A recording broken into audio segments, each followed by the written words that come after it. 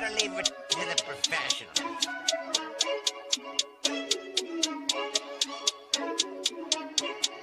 Blessed by Bundy, blah, blah, blah.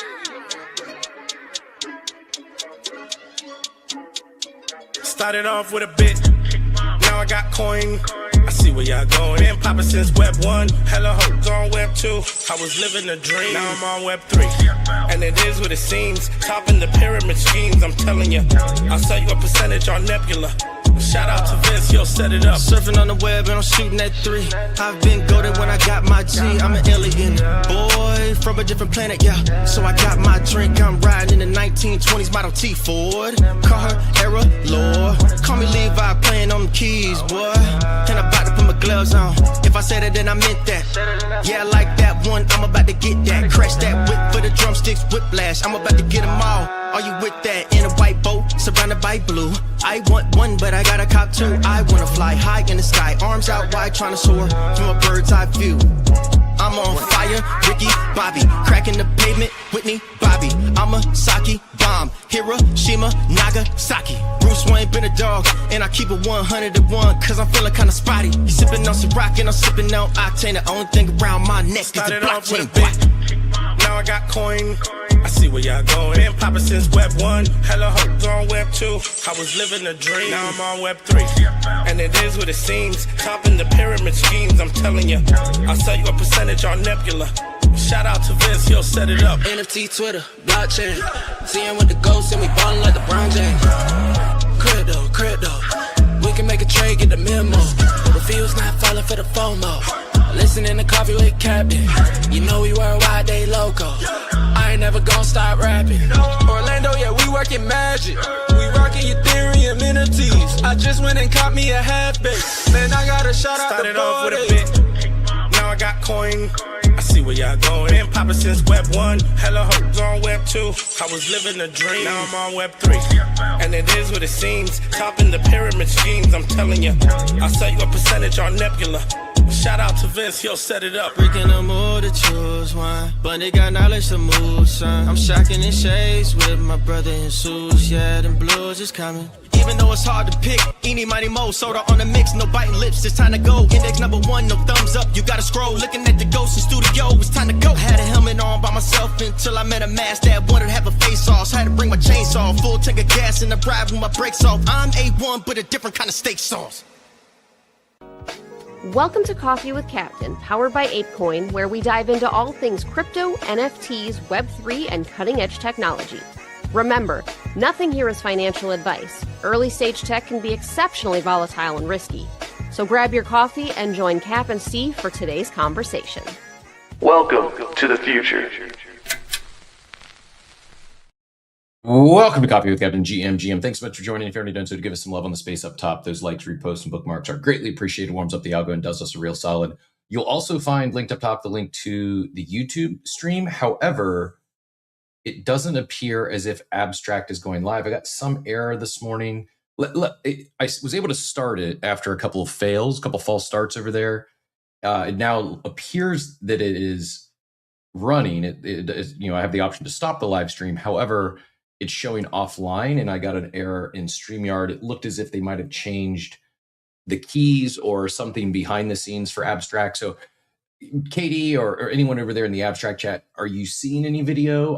On my end, it looks like there's no video feed going to Abstract. Can you let me know if that's accurate? Or I guess it is what it is. So we may or may not have Abstract stream today. If not, no worries.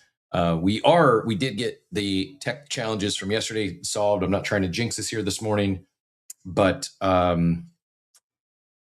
not going to believe this. It was a cord. So I was using the official OEM cord from Rodecaster. Oh, you do see me. Okay, awesome.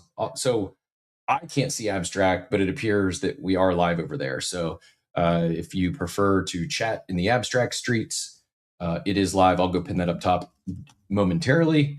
And you all know what to do. Never any financial advice in the show, but I think I'm going to stop with the disclaimers. It doesn't really, I'm required to give them anyways because I'm not a financial advisor, certainly not yours, but we'll have some fun, join for some information, maybe a little bit of education along the way. Certainly talking about the death of InfoFi, but a lot of other headlines today. May have to try to jam it in about an hour and a half. I don't have a hard out at 9:30, but I do need to hit the road to get to my daughter's doctor's appointment or follow-up. Last set of x-rays today. Hopefully her finger is fully healed. We got lacrosse tryouts next week, and season is rapidly approaching. She had some conditioning this week.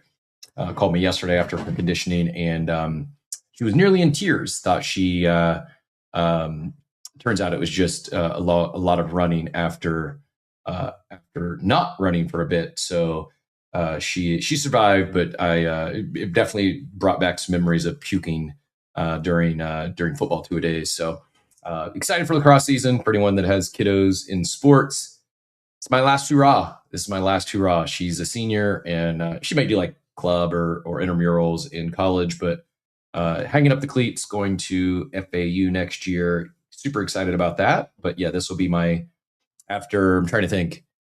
So probably trying to do this quick math here in my head. Doing the kids sports. Haley did, very competitive club and travel. Soccer was her thing. Sadie first did volleyball and then shifted to lacrosse. But all in, should have been, let's say 5. So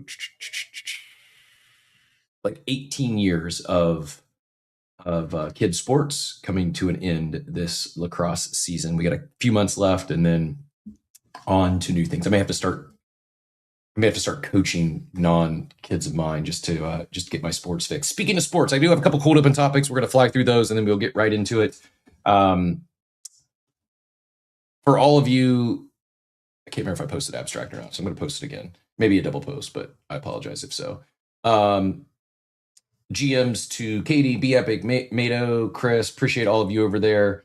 Our YouTubers are not disappointing. Corona, Minted Tokens, Corona again, Grand Rising, Web3 Warhead, Teacher Katie, Double Dippin', Crypto Pain, the legendary producer that is, Dimcat, and Minted Tokens. Appreciate y'all, as well as our ex-contributors. One thing on sports this weekend. We talk a lot about crypto markets here. Prior to finding Web3, my muse, my side hustle, my chasing asymmetric gains was in the world of primarily DFS, a little bit of sports betting, but mostly DFS. And the reason being is I feel I have a bigger edge in DFS than I do sports betting most times. I believe this weekend there are 2 of the 4 games that this is NFL I'm talking about here, not the Man City Pingu collab, which is big win for them. If you're a Man U fan, or I don't even know if it's Manchester United or Manchester City. They partnered with one of the Premier League soccer teams. I know those that are actually fans. This is like me confusing the Cowboys with the Eagles, probably. But one of the Manchester teams, the Pingus collaborated with. Anyways, two games this weekend that I feel are mispriced, and I actually not only mispriced, I can't understand why they're so mispriced and why they're not adjusting faster. So I already have open bets. I have some futures.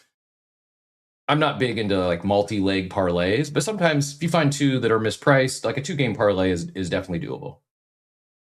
This, maybe every once in a while I have conviction in an underdog. This weekend I've got more I don't remember another time where I felt 2 underdogs are programmed to win. And one of them is a 7-point dog. Let me just check current lines. I'll go to Kalshi. If you're going to be watching football this weekend, if you're a sports bettor, maybe tail me on this one. Don't throw any money in that you can't afford to go to 0. There's a good chance that it does go to 0 and you don't win anything on it. So just do it for entertainment value alone. That said, yes, I'm a Brock Purdy homer. He is elite. Yes, I grew up a Niners fan. I have good reason. I grew up in Central Ohio in the 80s, so it was like the Browns, the Bengals, or the Bengals. I grew up right between the Browns and the Bengals in Central Ohio. So naturally, growing up in the 80s, I became a 49ers fan and rooted for Joe Montana, Jerry Rice, Roger Craig, etc.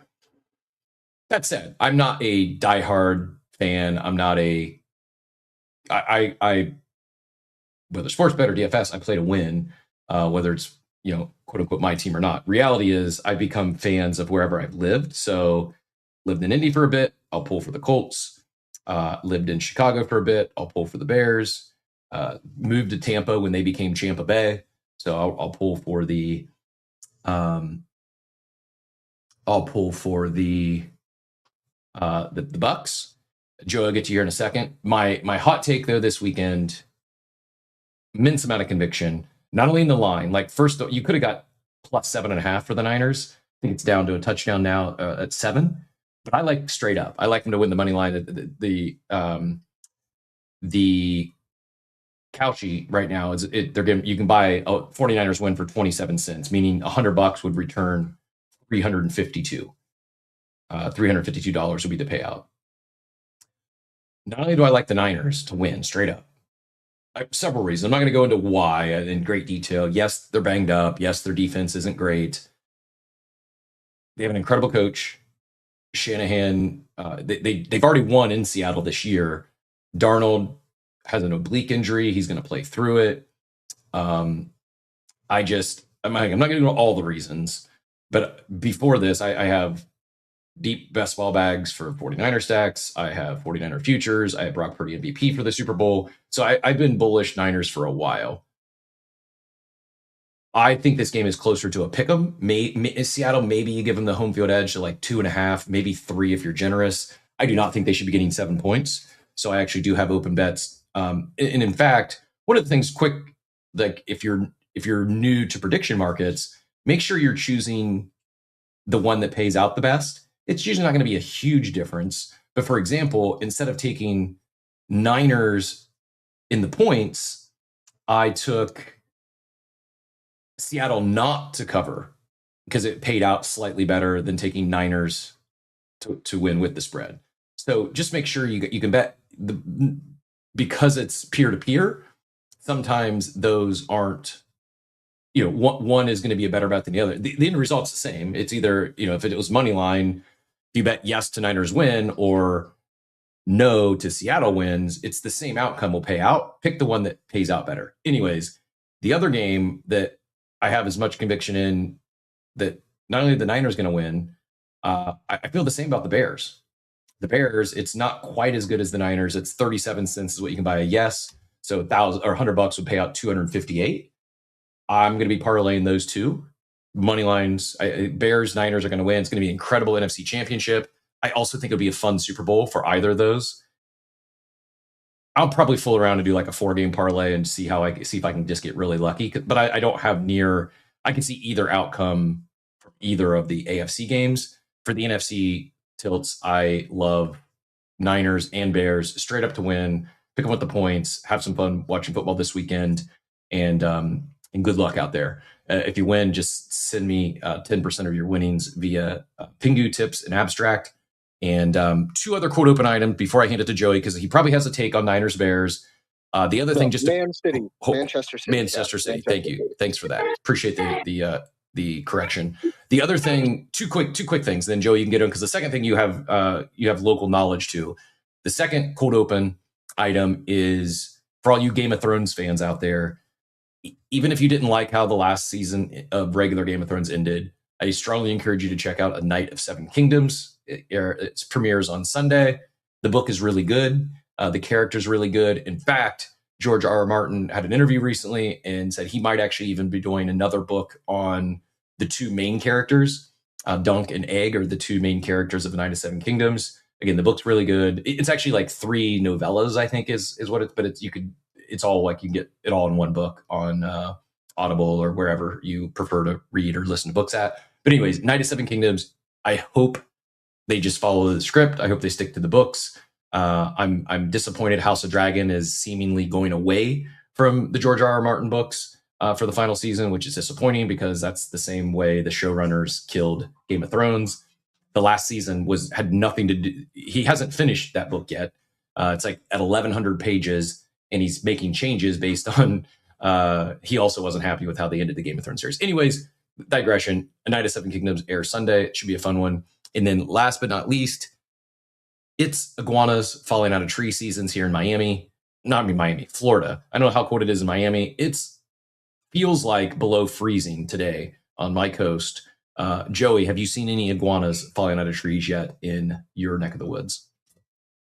I haven't gone outside yet, except to take the trash out, so I haven't seen it. But yeah, on our side with the wind chill right now, according to when I asked Alexa this morning, with the wind chill, it's supposed to hit like 30 on the East Coast this morning. So there will definitely be an advisory of, and this is no joke, people. They'll literally put it like the news will put an advisory out for beware of falling iguanas, because they will be up in the tree, they will freeze, and then they will fall and they will smash your windshield. They will knock you out if they hit you. Like, it's legit.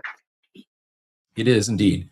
They're not dead, so don't. I saw someone asking if do we grill and eat the iguanas. No, we do not eat the iguanas. It might even be illegal. Are iguanas protected? You can, though. There Really? are actually iguana farms. What? Up in central, yes, so there are iguana farms in Central Florida where you can actually. So I don't know what it's like on the West Coast, but here where we have the Everglades, very close to us, you could actually pay to go on an iguana hunting like airboat, and they will literally take you on an airboat and give you a gun.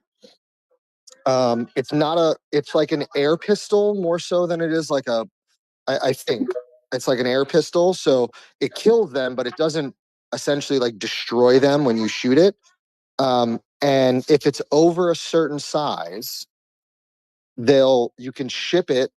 They prefer them alive, but you can ship it to the Central Florida iguana farms, where they then process them and sell their meat to a lot of the restaurants down here, because we have a huge contingent of like Caribbean people and Caribbean restaurants down here where they actually do eat iguana meat because it's so abundant on their like islands. But supposedly like we eat gator meat, right? Like gator tail. Apparently the iguana tail is really good. But yes, there are gator farms up in Central Florida. I stand corrected. My apologies, Jolly Elf 1225. I'm a little shook right now. I had no idea people were eating these iguanas. I was wrong. So apparently they do eat iguanas. That said, they're not dead when they fall to the trees. It really is like suspended animation. They're still alive. They're just frozen and they need to unthaw. Have you ever eaten iguana, Joey? I have not. I've never found a restaurant that serves them, but now my 4-year-old heard us talking about eating iguanas and she wants me to take her to try iguana for the first time. So I am going to be finding a place that serves iguana so she can try it. I thought it'd be a cold short open, but I'm literally shaken. Had no idea people were eating these cute little lizards. Yeah, I know people eat. Cute? Did you really call them cute? They're cute. Yeah. No. Have you ever seen? Yes. Have you ever seen relative? Everything's relative. The Joey. ones that turn orange. You ever seen those? I don't know. Okay, so the males, when it's mating season, the males turn from like their traditional green to this like orange, like a burnt orange color, and they get so aggressive. And these things, I've had one in my backyard that was at least 4 feet from head to tail. And they're I don't think they're cute. Maybe if you're talking about like the little ones, they're like maybe a foot or two long, because they could potentially be like house pet size. But I've been on golf courses, or even there's a place by my house on the side of the road where they literally will line up on the side of the hill because the hill faces east and just bask in the sun. And these things are like 4, 5, and 6 feet long. They're like little dinosaurs. The only thing I'm not shocked about is that as soon as Joey's kids heard him talking about eating iguanas, they want to go tell me you're Joey's kids without telling me you're Joey's kids. I kid, but I did find that funny. Yeah, now I got to try to get my brain back on correct point, since I did not think we'd be talking about eating iguanas today on Coffee with Captain. That is not what I'm referring to when I say ushering in Web 4. We're not going to be eating iguanas here. I guess you can do it, to each their own. No offense, but not my journey. I still can't understand the hate on the Niners take. Like, there's so much supporting data. Same thing with like Puka's not going to eat, Stafford's not going to eat. Do you realize it's this cold in Florida? In Chicago, it's going to feel like -30. And Stafford and Puka do not perform in -30 weather.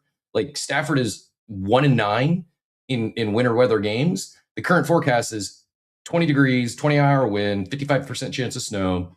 It's going to be brutal. And while I do, think with the wind chill, they said it was going to be like -20, didn't they? yeah, while I do believe weather is often overrated or over-indexed, not in Chicago in January when it is going to be a blistering out and you're talking to a team from Southern California. Stafford was in practice yesterday wearing a hoodie. It was 81 degrees while the Bears are practicing outside. It's is it guaranteed to happen? No, that's why they're underdogs. The lines are mispriced. I feel very confident that the lines are mispriced. Pearsall's coming back. He torched Seattle when he was last healthy. It's going to be a fun weekend of football for sure. But we will not be eating iguana arepas either. But relative to like crocodiles or alligators, iguanas are cute. That's what I'm talking about. Reptiles, cute reptiles, iguanas definitely trump the crocs and the alligators. Puka, JSN, the easiest fades this weekend. Go look at JSN's numbers against the Niners this year. They lock him out. They shut him down. Like probably without even looking, I'll bet right now live on the show. I don't know this for a fact.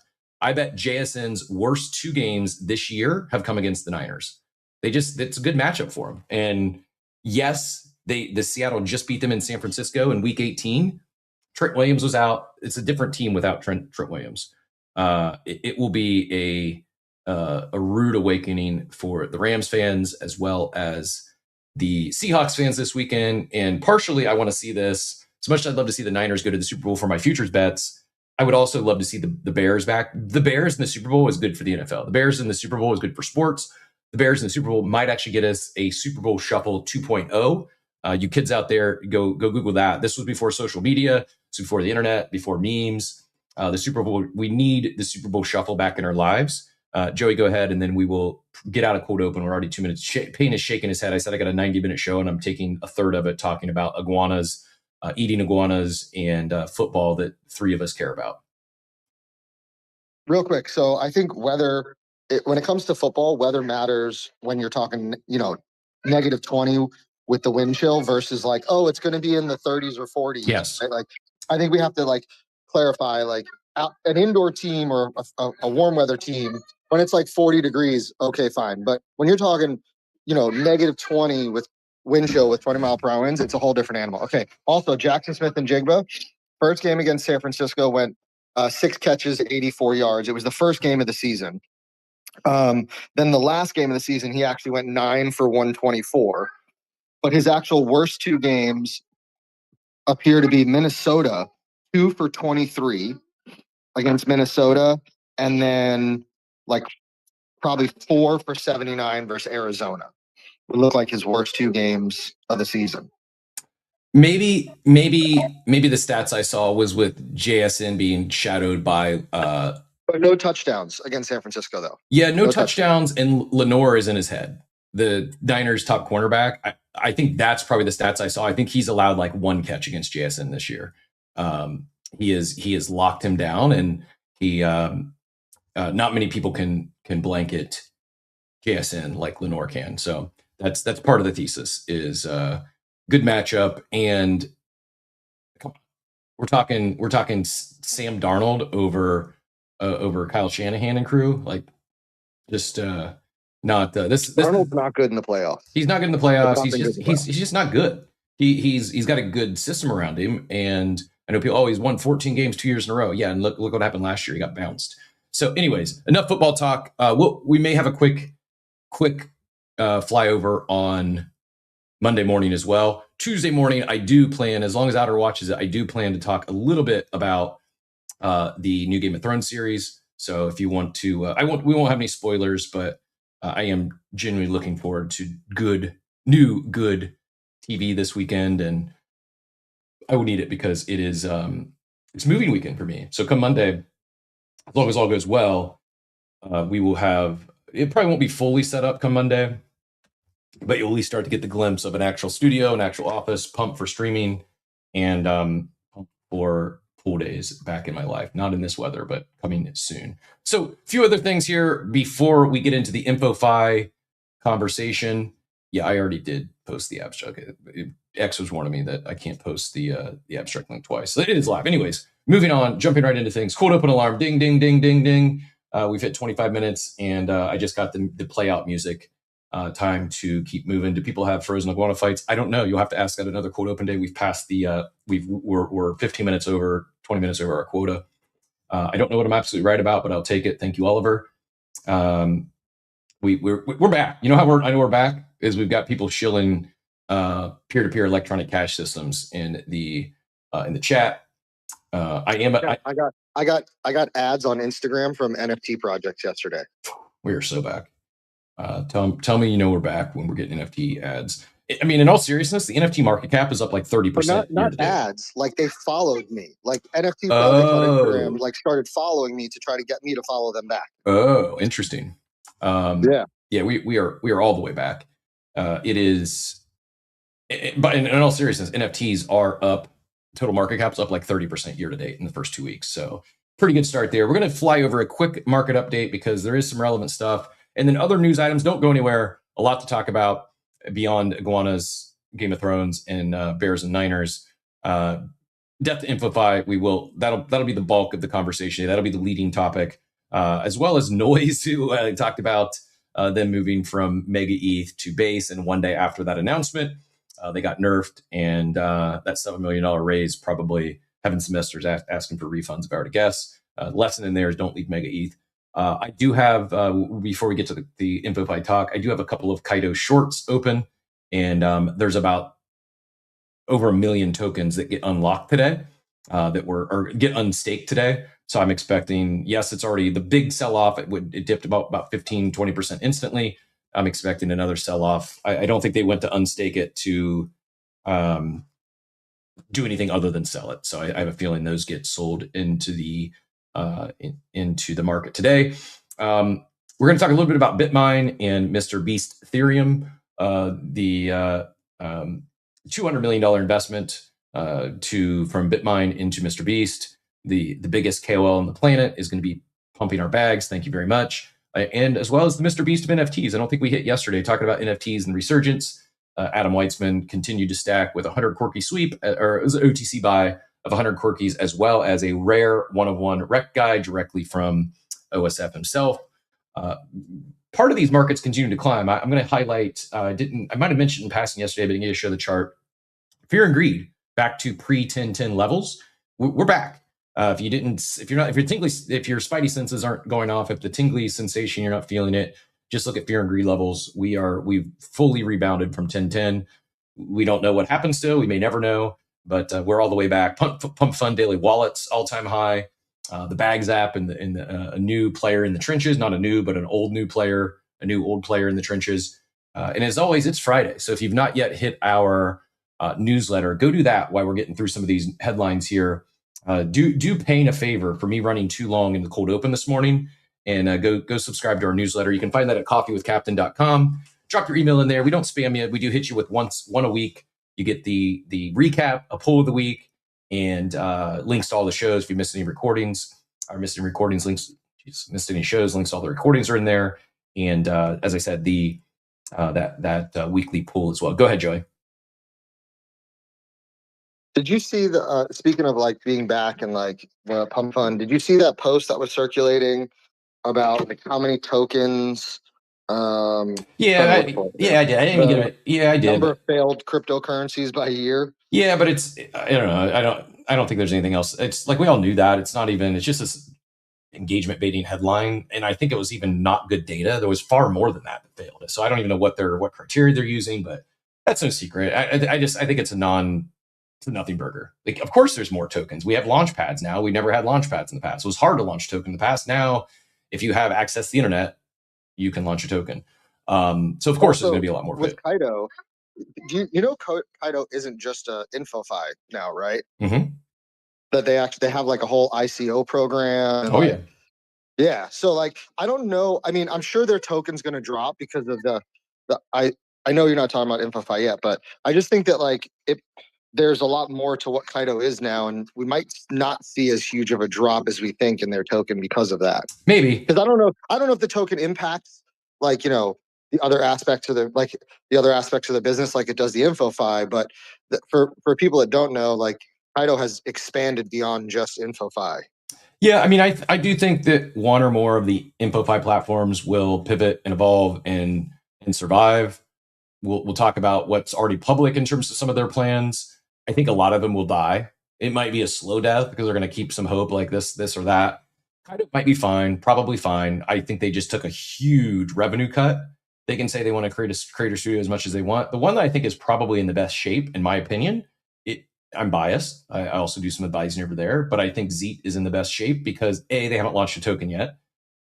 B, they already were more than, I don't even think they necessarily consider themselves InfoFi. That's a piece of what they're building, but they were already working towards and have other things in play from on-chain data. And I think they have, which others from Wallchain to Kaido, other the InfoFi platforms with tokens have copied some of the features that Zeet has launched.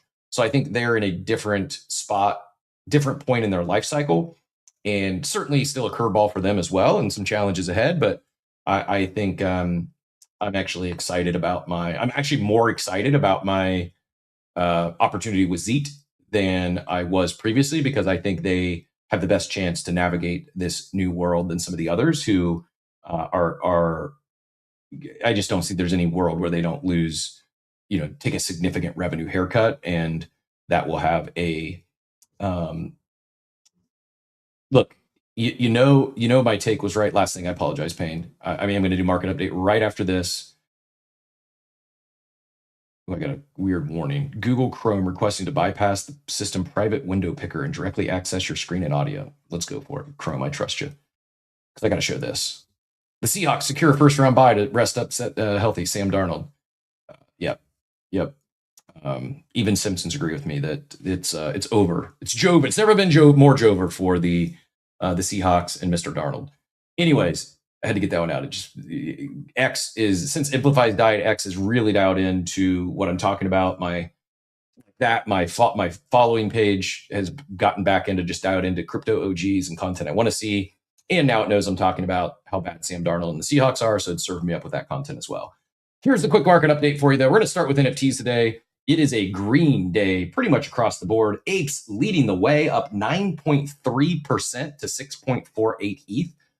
Wasn't long ago we were dipping below that 5 ETH mark. A quick recovery, all things considered. Pudgy Penguins not deterred by... I'm not one to say. Some took their reply yesterday as as racist undertones. I didn't. Again, I'm not from India. I didn't take it as that. I've seen some people like Zeneca, who is Indian. He didn't take it as racist. Viewed it as a joke. It is the risk you run when you're shit posting. You got an intern. You're being funny. Not every joke is going to land. And anyways, the floor price not derailed in the least bit. Pudgy's up 6% just behind Apes. They're up to 5.42. CryptoPunks even up a little bit, 1% on the day to 29. Moonbird's up 7.5% to 2.23. Hyper's running flat. I don't know why, but they continue to trade almost inverted to the market. I'm not, or maybe just chopping in that 500 hype level. Mutant Apes also up big today, up over 0.91 now. They heard that Good Vibes Club and Chippers were chipping on at their ankles and decided, you know what, we're in a league of our own. Mutants up to 0.91. Good Vibes pull back a little bit, 0.81. Chippers pull back a little bit, 0.77. I'm not making this PvP. Please don't take it out of context. I'm just comparing similarly priced assets. Little Pudgy's up 1% to 0.59. Milady's flat at 1.23. And Yapibaras, the big loser on the day following the InfoFi news, down more than the token. Token's down 15, 16%. The Yapibaras down 45% on the day. Infodex patrons also down 4%. Clonex continues to pull back a little bit, but still at 0.31. And VFriends down slightly as well. Moonbird Mythics up to 0.28. I guess maybe, what did I miss on Moonbirds? Was there more of a token tease or maybe some speculation that token is coming sooner than later? I missed I saw there was some Moonbird news, but I missed what it was. I'll go check the war room here in a second if Zane or anyone else has any idea what came out of Moonbirds. I am not in the know, but I will. My understanding is I do need to unbox my Burb vinyls because the QR code is in the box. And if I want those soulbound tokens, or which I'm speculating will lead to Burb token, I have to actually unbox them. Is that right, Joey? I can't just keep my 12 Burb. No, you have to. I haven't done it yet. I have them sitting right here. I mean, I don't know if it was officially announced, and maybe I didn't see the official announcement about having to scan these QR codes but I would assume if they gave us very similar to what happened with Pudgy, like I have a couple of the bigger vinyl Pudgies that I never scanned, and then it became too late to scan and I never got Pengu out of them. So I would imagine because they're giving us QR codes, we should probably scan them. So we have them, but I haven't done it yet. Supposedly it's a little tedious, but I'll do one right now and I'll let you know. My whole point of buying 12 of those was speculating on the token. And so, yeah, but when I got the boxes, I thought my purchase and I thought redeeming them would be good enough.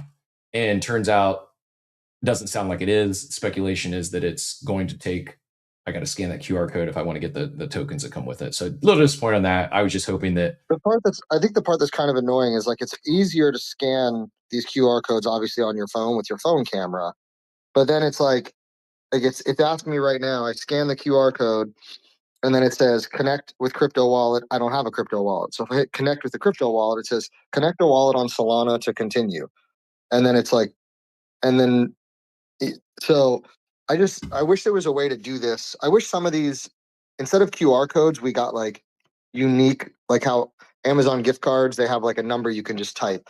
That way I can just sit there at my keyboard and go log in to the website with my wallet and just type in these 8-digit numbers versus sitting here and scanning every single QR code on my phone. But that's just me. No, not just you. I get it. I don't get it because they are collectors. They understand collectors, and I don't want 11 vinyls. Or 12 vinyls. I'd rather have maybe a vinyl, and rather keep the other 12 in boxes. So then, if they do their thing and this becomes billions and they grow this thing and it's real, I saw a claim they're striving to reach $1 billion in revenue, which. My response to that was you might want to turn on royalties to help you get there if that's the case, because it's a very, very lofty goal. I'm rooting for it. I hope it happens. If they achieve that, my boxes would be worth far more unboxed than they're going to be, kept in the box than they will be unboxed. So anyways, I'm going to stop ranting about it. It's a me problem. No one else cares that I'm going to have 12 toys. So yeah, Monday I disagree. There was a whole conversation in the war room about this. Like, I also, going back to the buying 12, I bought 12 too, but none of us knew that we couldn't break the 12, right? Like, because I wouldn't have redeemed all 12. I would have probably redeemed 6 and then kept 6 for that exact reason. But when you bought a 12 pack, you couldn't break your 12 pack. So, my kids took the ones they liked, so they'll probably end up in a donation bag at some point. But I don't think you're the only one that, based on our conversation in the war room, that feels this way. Well, sorry, just a button. There are a few things to think about. So if you have a Burr box, if you have the physical, they're actually selling for a pretty good premium on eBay right now, which is nice. So if you want to resell it there, you can. But you're talking about the sealed boxes, the unboxed ones, right? The unboxed ones. Still in the box. And then for the actual boxes, if you break it, then there's a few things inside of the box. Obviously, you have the figurines, but there is a vibes card that is specific to that, where there are one-of-ones, and those specifically can get graded by PSA, which is pretty cool. So there's a bonus there. And then for the QR code redemption, when you scan the QR code and connect your Phantom wallet, it is a Solana SBT that is supposed to, quote unquote, not financial advice, DYOR, be taken into consideration for TGE, and it's random for what SPT you're going to get, where it's bronze, silver, gold, and diamond, and that will likely have different allocation amount to that. So there is some surprise elements to it, which is pretty cool. I think only 10% of them have a diamond, and then the figurines you can get 2 that are extremely limited figurines. But they also put out, I don't know if you read that article that Spencer put out, saying that they're going to be the first IP bridging Web 2 and Web 3, and they don't want to rely on royalties or anything like that. Like, they don't give a shit about royalties. They actually want to create meaningful products. It was like a lengthy article, but it was one of the best articles that I've read in a while. I mean, I get they don't want to rely on I got, royalties. oh, sorry, Cap. I agree. They shouldn't rely on royalties. I also think it is pretty. I'm trying to find a better word than dumb. I think it's dumb to leave royalties on the table. Like, to turn royalties off, I don't think it's attracting anyone that they want in their collection or anyone they want supporting their brand that's not going to buy a Moonbird because royalties are turned off. Like, I don't know. They've literally left millions of dollars on the table because they've turned off royalties, haven't moved to a new one. And I'm glad they're not relying on royalties as their sole source of revenue, but I don't think they can continue to drop blind boxes and raise, sell them for $2 million plus after the Burb token launches. Maybe I'm wrong. Maybe they've thought something, they've got some sort of token, and after this thing drops, it's going to light a fire under all their future blind box drops and their toys and their vinyls and stuff they want to sell. I think it's going to I think the more likely outcome is the opposite of that. And after the token drops, there's going to be far less interest in speculating on Moonbird, SPTs, and toys. Go ahead, Joy. Oh, 100%. Yeah.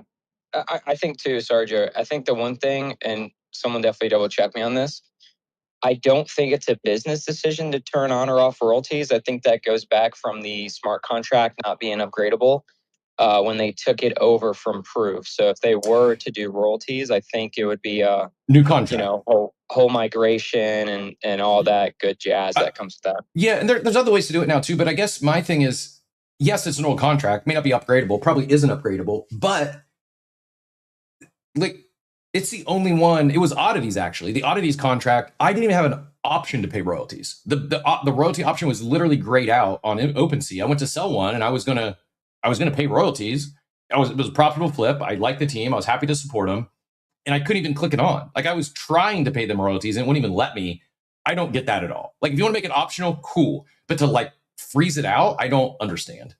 Yeah, that's where I wish. Like, I think in Web3 we're back at that turning point, like almost like recrossing like a mini, kind of chasm in a way where the space is maturing, and I think the marketplaces just need to give creators back the ability to have this and get the fuck over this OpenSea only, Magic Eden only. Like, I think after OpenSea drops their token and it's just royalty farming, it should go back to hopefully giving the creators the ability, regardless, to turn on royalties and not have it enforced at the contract level. Because I mean, even for Bored Apes, even for everything else, I mean, if they were to migrate, you're ruining provenance. Yep. Like, that's the whole point of this space. So hopefully, I don't know. Hopefully, we see that maturity after the token drop. Yeah, I'm with you. I agree. I did pin this article up top. It's a long read, so I'm not going to read it on the show. I'm not going to try to paraphrase it.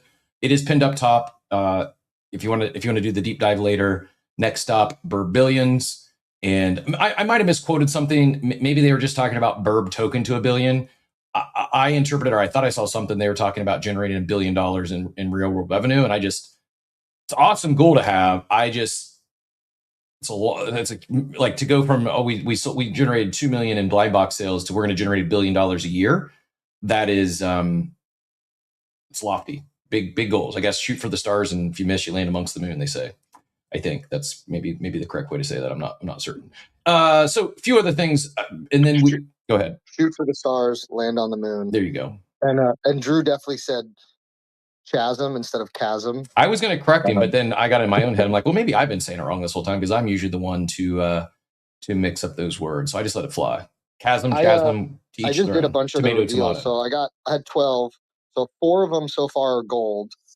3 gold, 3 silver, and 3 bronze so far. And I just realized, which I didn't know, because I thought only the figurines came in like different rarities. One of my figurines, so my buff bird, I actually revealed a numbered card. So out of my 12 Oh, cards, dude, you got the rares. Definitely get that PSA graded. That's like Super rare. super limited. so I got so my buff bird is a 26 out of 99 Wow. on the card. The other 11 are all base cards. There's no numbers on them. But I didn't even realize, because on the box, all it tells you is that, like, these are the 12 common figurines, and then there's the 2 limited edition, like limited number figurines you can get. So I wasn't even paying attention to the cards. But now that you said something, Drew, like, I do have one card that is a numbered card. Congratulations. And I guess you did all that in minutes, so it must not be too cumbersome of a process to open them up and do the scan. Once you connect I will say it is a little annoying that some of their stuff is on ETH and some of it's on Sol, and you're trying to keep track of where everything is. But once you basically, I went into my Phantom wallet, made sure my correct Sol wallet, because I have multiple Sol wallets, was selected. Scan the QR code, and then hit the link, and then I said, connect to a wallet. It opened up Phantom. I connected once, and now I just keep clicking reveal, and every time I scan the QR code, it says reveal. It reveals your SBT. I just revealed another silver. You hit claim now. It'll generate a transaction that will pop up in Phantom. You got to pay like whatever it is, a penny in Solana to claim each one. So make sure you have Solana in that wallet. Whatever it is, it's like 0.00 something Sol to do the claim. And then you just go back to your camera and scan another one. So it's not as bad as people were talking about. It was I just did all 12 right now while we were talking about it. Nice. No, appreciate you sharing. Last market update here, and then we will get into this InfoFi conversation. The death of InfoFi. Majors, cryptos, like the tokens are down slightly, but like 1% to 2%, at least across majors. Bitcoin down 1.5%, ETH down almost 2%. Mostly kind of just a choppy day. XRP down 3%. The big losers on the day are the privacy coins. Monero down 3%, Zcash down 7%, and the biggest loser is Kaido. Kaido and probably Cookie. I didn't even look at Cookie, but Kaido is down to 55 cents, down 18, 20%, 18, 19% on the day. You can see this is when the news broke, and it's kind of chopped since, starting to climb up slightly a little bit today. But I think once those tokens unstake, I think we see there's going to be a lot of sell pressure today. So I'm keeping the shorts open. Could close them down and be in profit, but we're gonna ride. So the other thing I did want to point out before we jump into InfoFi related to these markets here is fear and greed. I mentioned in passing yesterday, slight pullback this morning, but we're still at 50. So like 50 fear and greed right in the middle. And if this is, I say pre-1010, on 10.8, we were at 58, so slightly above. Then 1010, it dropped sharply. It shows 35, but that was the start of the dip. I can't find, it's not going to show me 10. Oh, there we go. 10.9 was 54. We were at 54 yesterday. So essentially we're right at, give or take, where fear and greed was prior to 1010. And then 1010 hit, and you saw the sell off, the dead cat bounce, and then we dumped way in. November was, people thought it was really over. I don't know what that means, other than while I say markets are choppy, the one thing that's not is some of these memes. Our guy Crocs has been printing over in the trenches. There's been like a 20 million runner almost on a daily basis, from grandma to the bag, or to gas, which is on the bags launch pad. Pump Fund daily active wallets approaching all-time highs, maybe at all-time highs. The bag app has taken like maybe 11% of Launchpad as it's being pumped now by Ansem and some of the other usual suspects. So maybe something. Actually, you know what? I will. If anyone wants to check out Bags app, let me at least shill a ref link here. I will drop this in the chat if you want to go check that out. Hit my ref link. I would appreciate it. I've not done anything in Bags app yet, but I will take any referral bonuses. That's dropped in the chat. It'll be up top in 1 second, and then we're going to jump into. Actually, before InfoFi, the quicker flyover topic is is Mr. Beast and Bitmine. I'll just show this and then we will talk InfoFi. Probably not a whole lot of discussion on this yet, but we talk about the segue here to go from markets and ETH into Mr. Beast and Bitmine, and then right into creator content. Certainly Mr. Beast has a thing or two to say about content creation, and he probably wasn't out there farming InfoFi because, again, he's done all right for himself without it. But Bitmine announced a $200 million investment into Mr. Beast Enterprises, and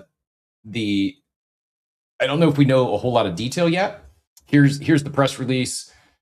The leading Ethereum treasury company in the world. They've got about 4% of the ETH entire supply. Their goal is to get to 5%. So Tom Lee is the ETH KOL, been doing all the media tours and really pumping ETH at every opportunity. Bitmine also implements an innovative digital asset strategy for institutional investors and public market participants. Mr. Beast and Beast Industries, I'm quoting Tom Lee now, he says, Mr. Beast and Beast Industries, in our view, is the leading content creator of our generation with reach and engagement unmatched with Gen Z, Gen Alpha, and Millennials, said Tom Lee, chairman of Bitmine. Beast Industries is the largest, most innovative creator-based platform in the world, and our corporate and personal values are strongly aligned. We're excited to welcome Tom Lee and Bitmine as new investors in Beast Industries, joining our current top-tier venture investors, said Jeff Hausenbold, CEO of Beast Industries. Their support is strong validation of our vision, strategy, and growth trajectory, and provides additional capital to achieve our goal to become the most impactful entertainment brand in the world. We look forward to exploring ways to further collaborate and incorporate DeFi into our upcoming financial services platform. Deal is expected to close on the 19th. So more on this soon, worth covering at least at the high level. And as we get more information coming out of there, what their plans might be, we'll revisit that one. Also worth revisiting, not revisiting, but worth hitting on. It got shared in the war room, and also have some friends over there. I saw Rudo, who's a friend of the show, and I'm a fan of Rudo. I saw he put out a tweet. It was his last day at Polygon. Polygon cut 30% of their staff in a major restructuring. The layoffs come as Polygon reshapes its business and shifts focus towards stablecoin payments. Makes sense. You're going to see a lot more layoffs. It's not a Web3 thing. It's just a world thing. As employees become more efficient, more productive. I was listening to a podcast on. It was the CEO. I don't know what his title is. The director, whoever's leading the FDA, and sure, they talked a little bit about food pyramids, but also talked about infrastructure, and a huge portion of their workforce was attorneys and HR. Like the FDA had over 2,000 people in the HR department. Nothing against HR people. HR managers, I've worked with some great HR managers. A lot of their tasks can be completed by AI now. A lot of them are already using AI. It's just people are going to be more efficient, more productive. You don't need thousands of employees for a job that an agent or two or a few agents can do. I'm not saying that's what Polygon made these cuts for, but I do think layoffs will continue. The workforce is changing, and probably more changes coming soon. I am surprised to see, though, that Polygon was actually down on the day. It had been running up on the stablecoin news. I think a wise move. Some people I really respect say this made a lot of sense for Polygon. They're going after like MoonPay, for instance. The token actually is down almost 10% on the day following their news of layoffs, which I don't know. I mean, you usually from a like stock or token standpoint, cutting costs, cutting payroll by 30% is usually bullish for the brand or the stock, or in this case the token. But the market disagrees. The market views it as we should be selling off because they made layoffs, I guess, or maybe they're unrelated. I don't know. But anyways, that said, we're approaching 9 o'clock here. Quick reset, and then we're going to jump into InfoFi, or rather the death of InfoFi for the duration of the show today. We'll probably be getting out of here a little early, let you all enjoy your Friday.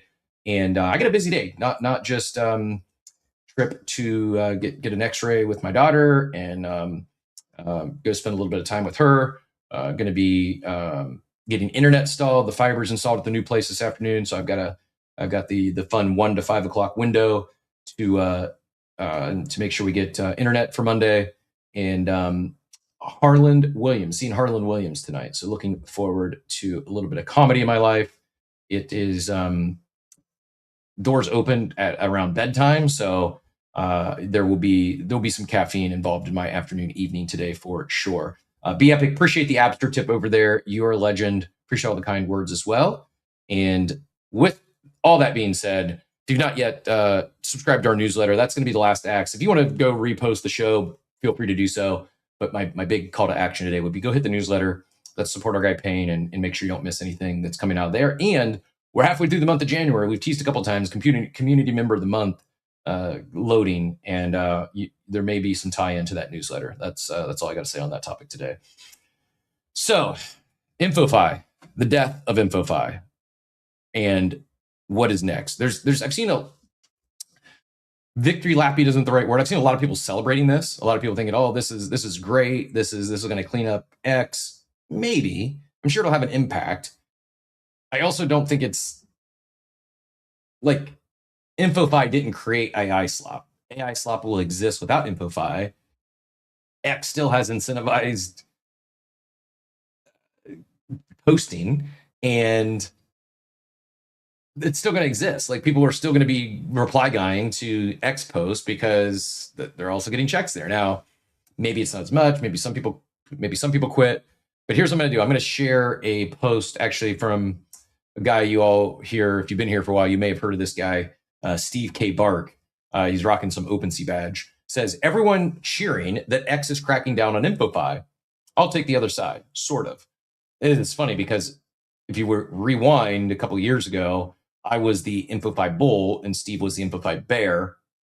Not exactly. I mean, we both thought similar, and that it in its current form wasn't perfect. And he goes on to say that. I agree that the current iteration wasn't ideal. It turned into spammy, sloppy, low effort posts. People talked about things they didn't care about just to get paid. But the concept itself isn't bad, in his opinion. I agree.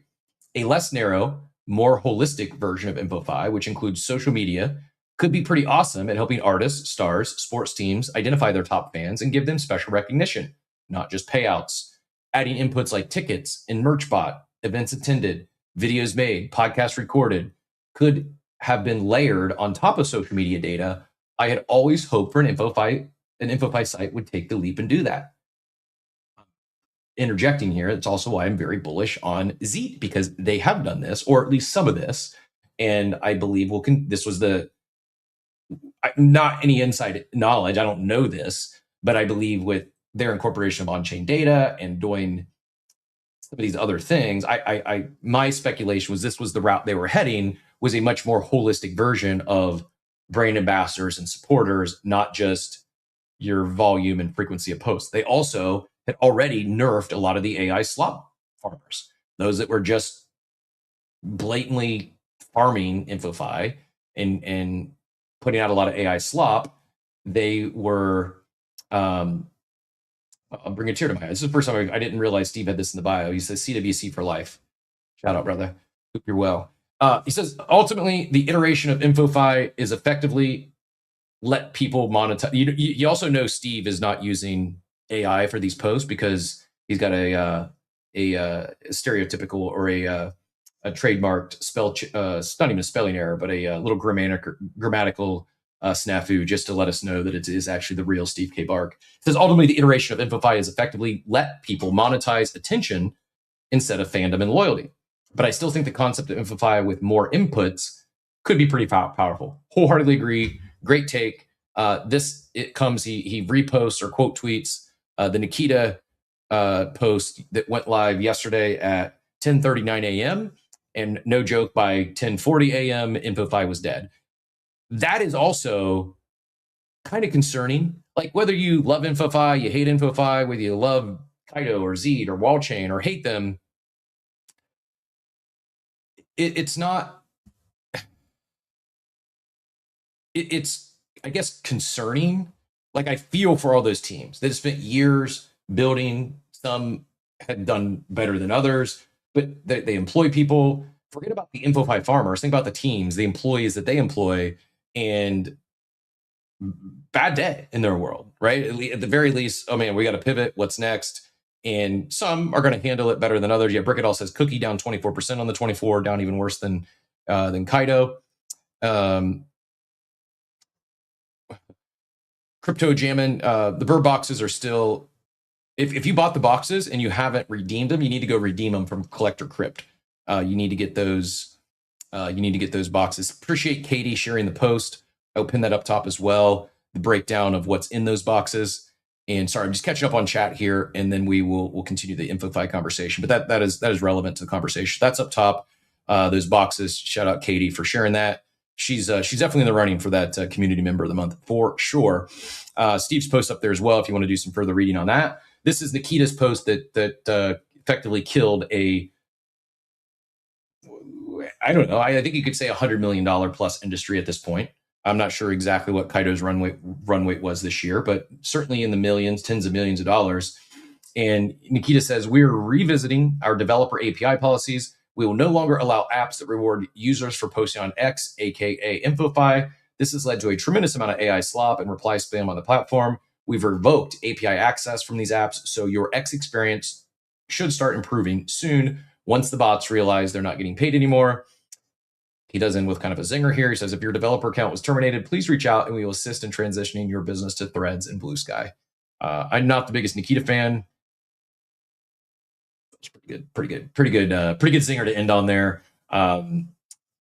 Anyways, I see we have some hands here. We will. I've got a few articles and a few takes here I'm going to pull up, as well as you can hear it direct from you, the founder of Kaido, as well as a Zeet post, and I'll go pull up the others as well. Go ahead, Drew, get back in here, and I'll pull up these articles. Yeah, I got like a hot take on this, not necessarily, on all that. I mean, I wasn't a fan of the InfoFi AI slot, but I think it's a nice little wake up call in this space where if you have a business, like reevaluate it. I mean, if there's a single point of failure where you're reliant on a centralized platform, and if they make a change and it has this effect, like that's a problem, and that's a consistent problem in Web3. Yeah, it is. At the same time, I don't even like what is the better answer? What's the better path forward? If you're gonna, because I do believe whether it's SocialFi or InfoFi, I do believe it's far better to build on top of the existing networks than to go try to build your own. How many of those have we seen fail? Whether from Farcaster, Warpcast, it's insanely difficult. Lens, it's insanely difficult to build a new social network that's going to break outside of crypto. Very, very, very difficult. I think makes a lot more sense to go to where the people are. But when you do that, you bring on a ton of risk for yourself in that it's not, this is even more risk than, soon Claude is going to, there's going to be an AI update. It's going to be Claude or Gemini or ChatGPT is going to launch that feature for free and your startup's going to be eliminated. By the way, while I am empathetic to all these InfoFi platforms, this is the world of startups. Like, it's not, especially in tech, not uncommon. This stuff happens all the time. Go talk to the hundreds of AI startups that have been nerfed by a feature that ChatGPT or Gemini or Claude just rolled out. It's going to continue to happen. It's not just people losing their jobs. You're going to have whole Noise just raised $7 million a day later, the day after the announcement. I'm not saying they're worth zero, but they're going to have to reinvent themselves. Their whole platform was built off of Kaido information that Kaido doesn't have anymore. So it's like they're going to have to find a workaround or like a really hard pivot and do something completely different, because what they were doing is just, it's not even possible anymore. I saw Von Front. Von Front, go ahead and get in here. I know you sometimes have a hard out around this time, so we'll go Von Front and then we'll go to Miss A. Oh, thanks, Cap. GM, everybody. So in a weird way, I think I'm going to defend InfoFi, which I never thought I was going to do. So first, like the most recent iteration of InfoFi and the type of content that it led to, I won't defend, right? Like I didn't like seeing it on my timeline either, but whatever, it is what it is. But if you zoom out, I actually think the in general, the InfoFi concept, like it already exists. It's called affiliate marketing. It's called, sponsorships. Like, I don't know if Tom Brady actually cares about Tag Heuer watches, but they pay him to talk about Tag Heuer watches, so he does. Go on, get off of this platform, go to TikTok, go to Instagram, go to YouTube Shorts, and see every person talking about the latest insert product here that if they, and hey, click my link, link in bio, and they get 10 or 15% of the sale if you go through their link, right? Look at everybody who is in arms about GMs going away out of the algorithm because they use GMs and reply guy strategies to get paid by Elon. People are posting on social media to get paid. They just didn't like this iteration of it. So did I like all the, like, dear God, do I have to see another post about whatever the latest campaign is? No, but I also then just turned off the app. But I do think that there is a market, a well-established, gigantic market that lives mainly off of X, that is ripe for being disrupted. And I do think that there is a version of InfoFi, I don't know what it is, that can do that. So I'm hoping Kaido's already moved to Instagram. If they don't do a lot over there, but I've been following them over there. All I hope this does is, look, if X doesn't want it, maybe TikTok, maybe YouTube, maybe somebody else does, and they can go build over there. I do agree. You got to build on the current platforms. You can't go start your own, or you're swimming upstream with one arm tied behind your back. So agreed. My question, not necessarily pushback. My question for you is, yeah, it's everywhere, but some would say, and I know both you and I are fans of TikTok Shop, or at least saw what the early moves there. I mean, we started talking about this a year and a half, maybe 2 years ago, about how TikTok Shop had leapfrogged all the other major social media platforms in terms of their e-commerce offering and supporting their creators and supporting, they built an incredible mousetrap. However, like many things, once something takes off, becomes very lucrative, it leads to more slop. And some would say it's exactly that is what's driving, I'm not saying the death or the demise of TikTok, but a lot of people now, people I really respect in the social media realm, are saying TikTok's it's not the spot now. You're better off with Instagram Reels or YouTube Shorts because people are tuning out of TikTok because it's become a giant billboard. If you're instead of just brain rot, your brain rot now is a paid ad. So what is? I know you don't say you don't know the answers, but do you even have a guess? If you they all come to you, Von Front, we got to reinvent ourselves. We got to build InfoFi 2.0. We got to fix this thing. First of all, it's not going to be called InfoFi, but how do you build it without this it going down and ultimately ending up in the same spot, the same end result of being it just gets bastardized with slop and people who, quite frankly, probably shouldn't be creating content, but they're doing it, and now they're just flooding your feed with a bunch of low effort slop because they think they can make a few shekels. Do you have any thoughts or take, or even what would you throw out there as this might work or this might be a better path? Mm-hmm. Yeah, I mean, I think it's going to come down to my hyper generic answer is going to be, it's still going to come down to the quality of the content. And I think and this is probably a combination of the, whatever the new word for InfoFi is, platforms, of how they set up their reward structure, as well as the algorithms of the underlying social media platforms. Because they're hopefully, and I believe that this, they kind of work this way already. If there's a piece of crap content that's a piece of crap content that nobody wants to watch, it generally doesn't show up on a lot of people's timelines.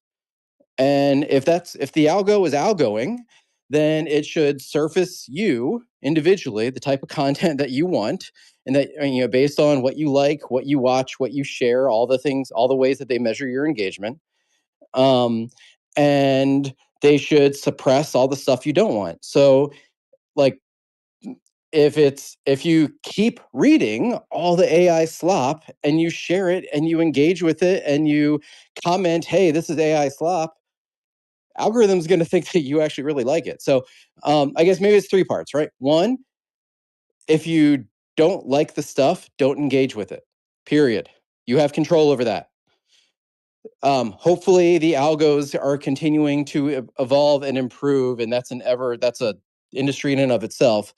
But if I'm Kaido, if I'm, I'm blanking on the other ones, but if I'm Kaido, then I hope I'm taking a really good long look at how can I, in the age of AI, right? Again, Kaido has access to AI too, so hopefully they are fighting fire with fire. hopefully there is a way that like, hey, if you just put a bunch of AI slop out there, I don't care what the algo does, I'm not going to reward you. I'm going to reward quality. I don't know how you define quality. Somebody smarter than me will have to figure that out. But, you over time, it now, if I'm an AI slop artist and I'm spending a lot of time doing this and I'm not getting paid, hopefully I'm smart enough to say it's not worth my time. I'm going to stop making the slop. And all the slop artists are eventually weeded out. And you're left with people who make really good content that they may also be happening to be getting paid for from some InfoFi platform.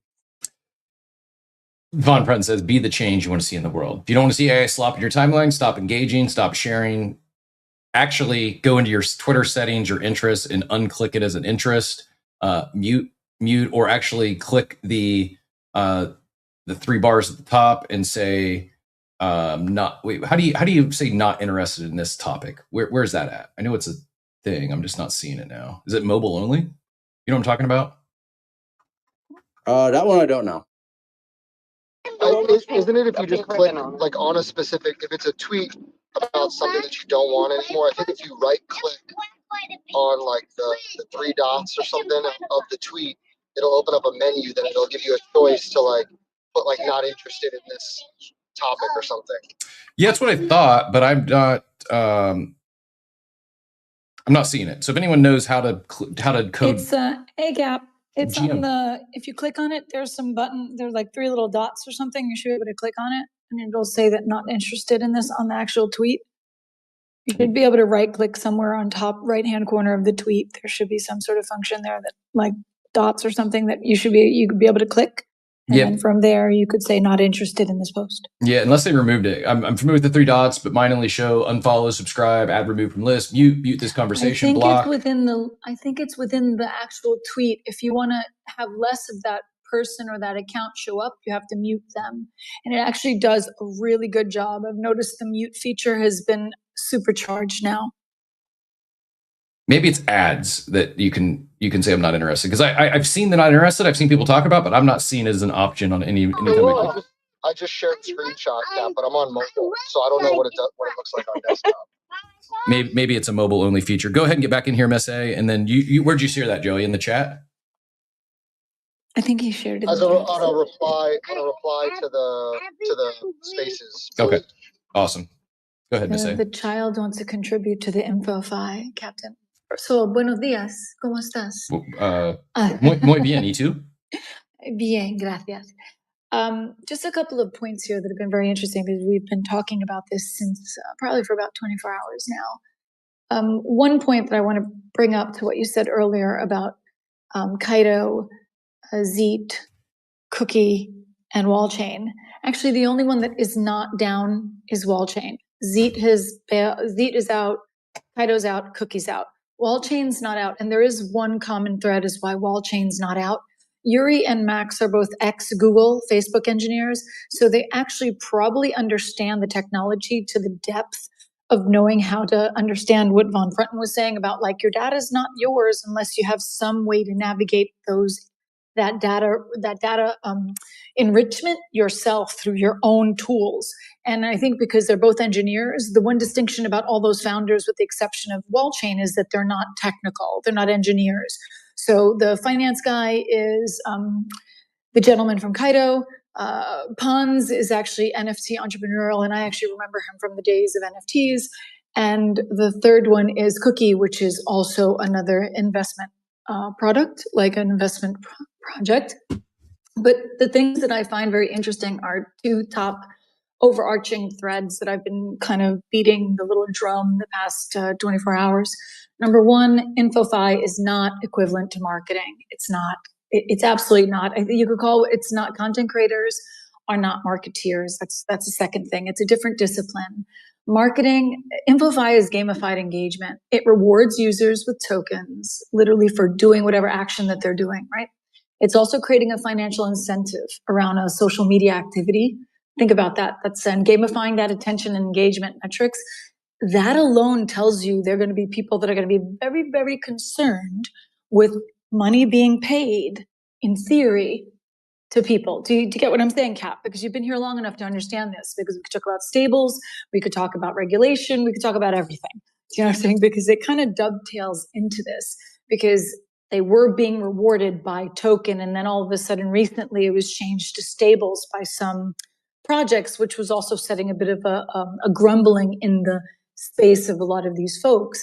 And the reason I said content creators are not marketeers, they're different disciplines, is because content creators really, their main essence is to focus on, like, getting attention out there, views, likes, entertaining and informing an audience. They're looking at virality. They're not necessarily looking at, like, wanting to stay there and really nurture the cake till it's cooked, right? And they're building their personal brand, which is one of the things which I think that some may not be even understanding how to do that efficiently. But marketeers actually focus on the acquisition, the customer acquisition cost, and that lifetime value of what's happening. So the conversion rates and attribution are really important to marketeers, and they do see strategy. They see positioning. They see competitive advantage. The revenue generation and business outcomes are really important to marketeers. And Cap, I've been in retail half my career as well. So I understand the retail omni-channel world. And that's why content creators are not marketeers. And to your point that you said a couple of minutes ago, I think Von Frenten and yourself, about what's happening with TikTok Shop, again, we're running into the same thing on TikTok. You have a lot of people that have never sold anything in their whole life. You know what I'm saying? And they're trying to sell. I grew up literally on the sales floor. Do you know what I'm saying? That's how I paid my way through school. So I understand how to sell ice to an Eskimo, but if you don't know how to sell the value of a product to someone, then you're kind of just, it's like a talking bobblehead. Do you know what I'm saying? And the reality is that what's going to distinct a lot of these going forward, which whatever it's going to be called, is going to be the authenticity, integrity of the content you're creating. It's going to be probably less AI focused, and they'll probably reward more natural videos and natural content like TikTok is doing, like Instagram is doing now. And I think it's really important to understand that they want to see people's natural state. They don't want people to come in and sort of have such polished stuff anymore. And even the people that are purchasing, consumers, the retail consumer, is also like, hey, I'm tired of this AI stuff. Can I just have a real person try to sell me something that I might find useful? And I'll close it up on this little piece. I feel, my hot take is, there's a triple confusion that's killing a lot of these sort of projects. One is that the business confuses content creation with marketing. So they hire creators and KOLs and they're expecting revenue. That's the most asinine thing imaginable. Another level is that projects confuse InfoFi engagement with real traction. And just because you get 500K views doesn't mean you could engage and you could sell a product. Do you know what I'm saying? Oh, I wholeheartedly agree. And I think the biggest winners of this is probably a lot of the naive, inexperienced, or crypto native brands that don't have a professional marketer or professional comms or PR person on staff, because they've been burning tens or hundreds of thousands or millions of dollars throwing money away at these low effort InfoFi campaigns. They're not getting results. They're not getting conversions, and it's just not driving the results. There's some that have done a good job of using that to fan the flames and ran actual campaigns around it and not just relied on an InfoFi leaderboard. But I do think InfoFi made a lot of crypto native teams very lazy when it came to advertising and marketing. They thought, oh, 100%. This is the thing. All we got to do now is we'll throw $500,000 at this. We'll pay $150K to Kaido for the access. Then we'll throw $250,000 at a leaderboard, and that's it. That's all we got to do. And that's not working. Cap, you worked retail, correct? You worked retail. You can't just throw money and ads and expect the ads to be successful, right? It's super simple. We could break it down to Yip and Yannicka. If you're putting like $100,000 for budget, you literally need to know how that's going to work out. And you're going to spread it around people that you know could be consistent with your brand message. And of course, what do? You manage this. You have a marketing manager or a CMO or someone that manages these campaigns to make sure that they're not wasting money. Because, that's important marketing buy, right? So I think they're oversimplifying what it means to market. They're oversimplifying what they see on the social media channels.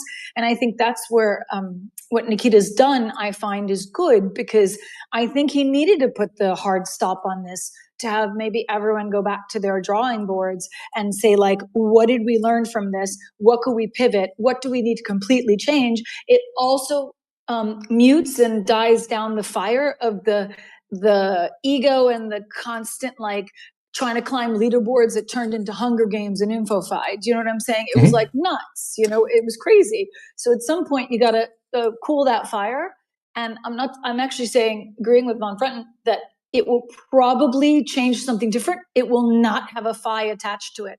I think if it has a FI attached to it, it's just leaving the space open for scrutiny and for like trauma. I agree. You know what I'm saying? So it's going to have a new name. Yeah, just as we need to stop using NFT, we should stop putting FI at the end of everything, especially something like this. Totally. You're 100% right. I saw Be Epic tag Troy. I'm not exactly sure in regards to what. Big fan of Troy, though. And if you'd like to join this conversation regarding the death of InfoFi and what might be next, feel free to throw in requests. I'd love to get you in the combo. No obligations, though. I know I think you're pretty sure you're a West Coast guy, so getting up super early to join us. One quick thing, though, you did say Wallchain. Yes, their website is still live. It doesn't matter if they're the best dev or engineer in the world. They've lost API access. Their APIs are getting killed. They just haven't turned off their site yet. They even this is their last. But I actually know Yuri and Max. They actually have a lot more data points than does not rely on the APIs. That's why they're able to function. Yeah, I know, but they're not able to function. They may have other data points, as do a lot of the other InfoFi platforms. They're all going to have to pivot. Like here's the post from Wallchain. Things can change very quickly in a market in both directions over the last 12 months. Wallchain helped accelerate 24 projects, many of which experienced growth. The impact of AI-powered growth is undeniable. However, lucrative opportunities can bring unwanted consequences, such as spam and AI slop. When there's real money and attention on the table, you always see unwanted behavior, spam, low-effort posts, and AI slop trying to sneak in. That's a challenge for every social system is facing. System limitations affect everyone, including Wallchain. This is an inevitable step in the evolution of AI-powered growth. The community and the story matter the most and continue to thrive. The platform has to adapt, and it may take time. Every end is a new beginning. Just stay tuned to a new era. So even though their Wallchain site is still live, those leaderboards aren't going to update. Like they lost access to the information they were using to build their leaderboards. Could they do something different? Yeah, but they're all going to be forced to make a move here. This will impact all of them.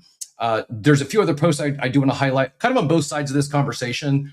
From the not necessarily a couple more from one from Kaido, one from Z, but also some users, some farmers, and those that were excited to see this come to an end. Joey, go ahead and get back in here, and then I'll pull up these other posts. Yeah, no problem.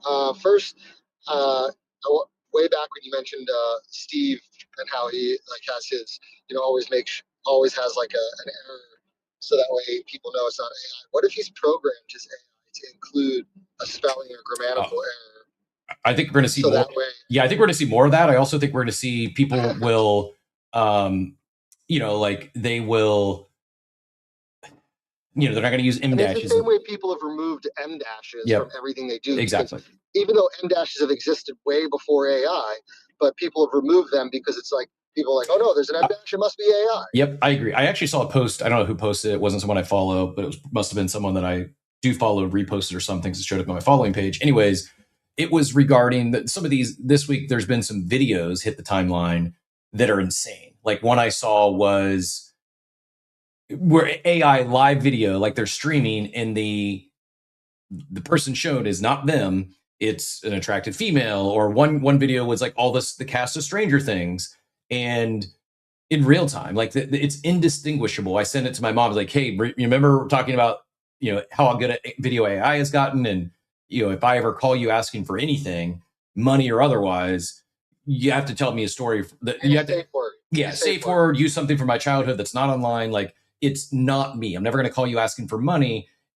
If and it's not just me. If you get anything, again, I'm not going to go on that rant. But my point being is that someone quote tweeted that and said, as soon as I saw this boom happening, the move wasn't to go long all these AI companies, probably a good move as well. But they said to go long all the airline companies, because to Miss A's point and Joey's point, real human interaction becomes increasingly valuable in a world where we cannot differentiate what is real, what's AI. We can't. Like, it's over. Like, it used to be all video proof.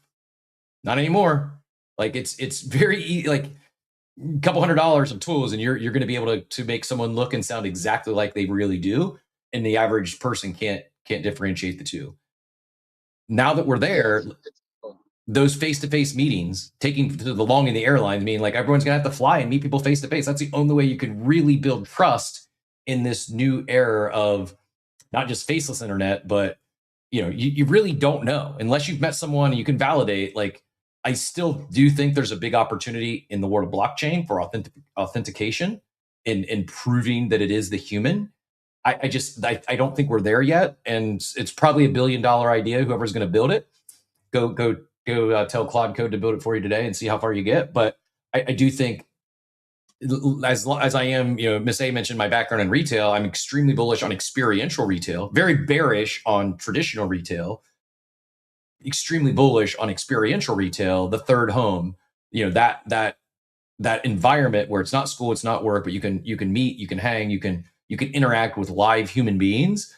I think that sector as a whole across industries is going to explode because people are going to desire to have human interaction and to know that they're talking with a human, because we're already there. I mean, we're there today. It's just going to continue to proliferate. And so whether you go buy a bunch of airline stocks or you open up a kava bar, I think those are industry segments that are set to boom.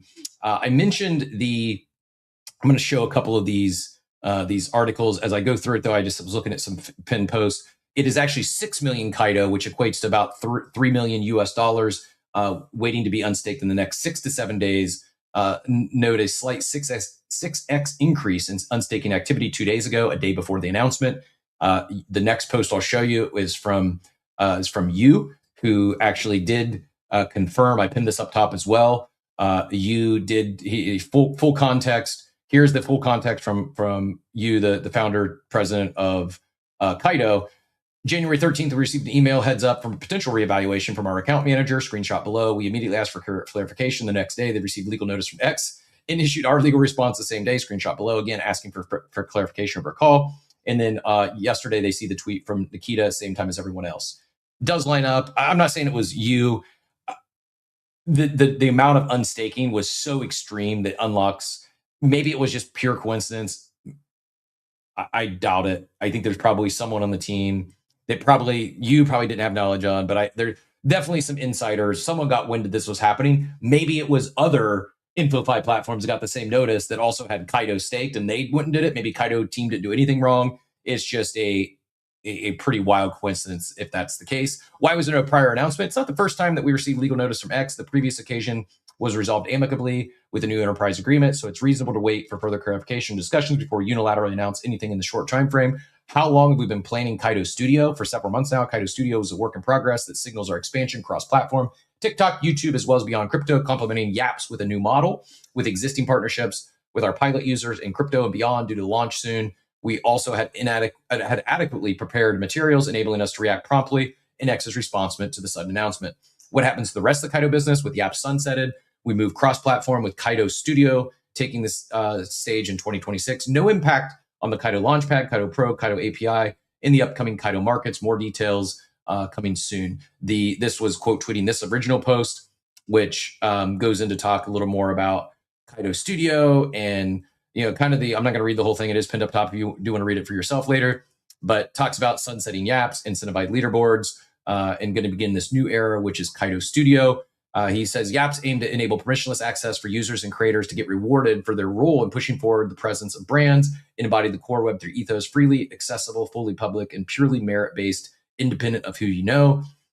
Where they're heading, though, as I'm scrolling ahead here, Kaido Studio will be much closer to a tier-based traditional marketing platform where brands selectively work with creators who meet defined criteria and deliver against clear scopes. The difference: best-in-class analytics, cross-platform reach, cross-vertical opportunities.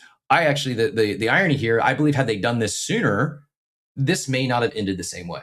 I've said for the longest time that they needed to be more than just a Kaido leaderboard. They needed to build campaigns around it. They needed to curate their creators a little bit more. To be open and free for all probably proved to be not the best move. It's not everything should be accessible to everyone. Not everyone should be a creator. Not everyone should get rewarded for creating. I'm 100% certain that there was people who have no background as a content creator. They're not a good content creator. They've never thought about creating content, but they saw the opportunity here and they decided to money grab, and they just leaned into farming replies, AI slop. And those individuals made more off of Kaido than not only someone like myself. I bet there's individuals that made more money off Kaido than some of the people you'd view as like high volume KOL posters. because they farmed the system. They're not good and everything they put out was slop. No one engaged with, no one valued it. It was just copy pasta or very clearly AI slop, but they played the game, and they volume posted their way into relevancy. Jumping over to Zeet real quick. This isn't new. This wasn't a response. They launched their certified creators on December 12th. I would recommend, if you've not done that and you are in the content creation game, if you were in the InfoFi game, I'd encourage all of you to go apply to the Zeet Certified Creator Program. Who knows exactly what it looks like, but curating their creators and working more like an agency or a studio, as Kaido would call it, just makes sense. Here's the official announcement from Zeet yesterday. By now, you've seen the latest decision from X regarding InfoFi. While Zeet has never considered itself a true InfoFi platform, we are obviously affected by this decision. We've been assessing our next steps forward, and we'll send communication on that soon. In the meantime, all campaigns have stopped. We'll be working with our partners to resolve the obvious open items, like getting payouts distributed for campaigns that have ended and resolving campaigns that are currently running. Back to some of, I will get to Joey and Miss A here in a second. I just want to make sure I get through all these posts briefly. I'm just going to do a quick flyover. And then, as I mentioned, I do got it earlier out today than normal, so I won't be able to go all the way till 10. Here is a post from Berated. The InfoFi era has ended. Let me break it down. What we lost: small creators, incentives gone. InfoFi creators reach dropping to 0. Kaido and Cookies stakers took heavy losses. Legitimate data attribution experiments shut down. Good product killed because of uncontrolled AI slop. I don't disagree. I don't think with anything there. What we're gaining, builders will stay. InfoFi farmers will leave. Smarter timelines with less noise. No more AI slop. 7.7 daily crypto post was insane. So when you remove, let's say 1.7 of those were valid, well, now all of a sudden, it's going to make it a lot. And I've actually noticed a change in my timeline in the last 24 to 48 hours because of this. And it's not, maybe there's other changes as well, but the overarching point here is return to organic community building. New metas are forming, quality over quantity. KOL reply farmers are cooked, and CT bangers will get space again. Like, so the quality content, maybe it doesn't happen. I think there's a much better chance of you have a good, well thought out article that's not on a Kaido leaderboard. I think there's a much better chance that actually getting traction and going viral now, and you're getting eyeballs on it, deservedly so, because it's not as crowded. You're going to go from 7.7 million daily posts on crypto to maybe 1 million, maybe 2 million. It's a lot less noise for the good posts to have to navigate through. Berated also shouts out some of the agencies, some of the teams here. We've actively worked with Reach Network. We have for over a year now. We also have a relationship with AP Collective. Arcadia is on here. I'll pin this thing up at the top if you're interested or want to do a deeper dive. I also want to show Arcadia's post here. I think this is pretty solid. This is from Arcadia, one of those Web3. They call themselves a premier Web3 marketing and creative studio. 400 million raised. We're following projects we work with. 68 billion in fully diluted value portfolio. Here is their post yesterday. I'm back. Not Arcadia. We never left. Creativity is back. Today, one of Twitter's most popular tools for AI-generated content was shut down. For a while, volume beat taste. Automation beat originality. Noise drowned out signal. That era is ending. Good marketing was never about spamming timelines or forcing belief. It was about making people feel something, signaling importance through clarity, timing, and restraint. You're reading this because the format feels serious, because your brain assumes it matters. That's marketing. And yes, we're slightly messing around, but here's the real shift. As InfoFi fades, creators gain leverage. Welcome to Web3, or the new, we're going to call it Web4. I don't know why. I'm just making it up. I thought it'd be more of an info or a more of a baity title than it turned out to be. But welcome to Web3, where the best content wins, organic reach is rewarded, real products earn attention, loyal builders get loyal holders become distribution, long-term thinking compounds, founders outreach capital, signal beats spend. The playing field just leveled. Creators now hold the keys. Content is king once again. At Arcadia, we manage 600 plus crypto and AI creators across every major region globally. Since today's announcements, inbound from both creators and brand has been overwhelming because they understand what this moment means. We'll keep doing what we've always done, pair the best creators with the best brands, protect signal, and build momentum the hard way. Welcome back, Arcadia. Again, good take. I agree with it. I think, am I biased as a creator who wasn't, did I participate in the InfoFi stuff? Yeah, I would have been leaving free money on the table if I didn't. Was I a farmer? No. Did I post things or reply to things solely thinking how many yaps can I get today or how many? No, I'm sorry. I did one time. There was one campaign that I went hard at and posted frequently. It was the Ape Chain Raid campaign on Wall Chain when they did that. Why? Well, because one of the things they did is they made it more than just about what you're posting.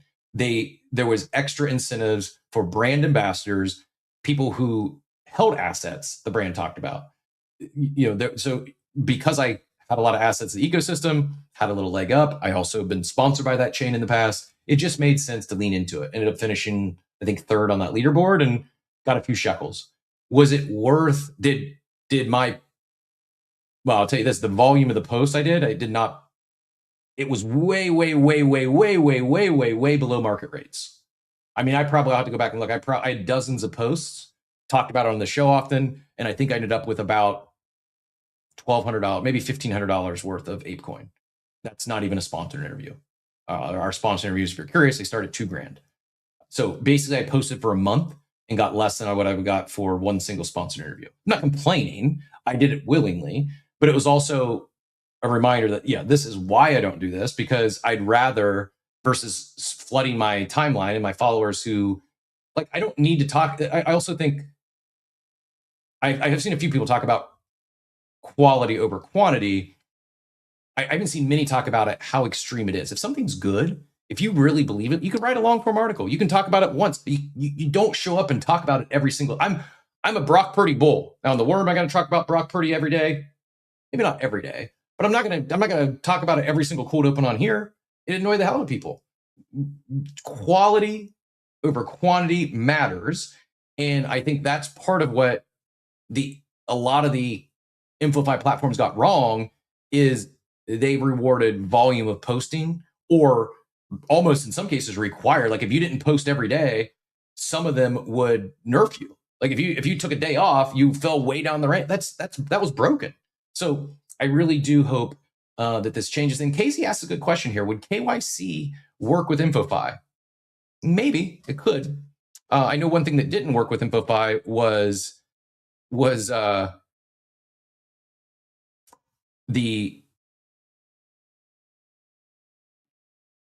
didn't work with InfoFi for sure was requiring like a premium account on X. The bots were making enough money, they would go pay for their premium account on X. It wasn't a deterrent at all. Would KYC work?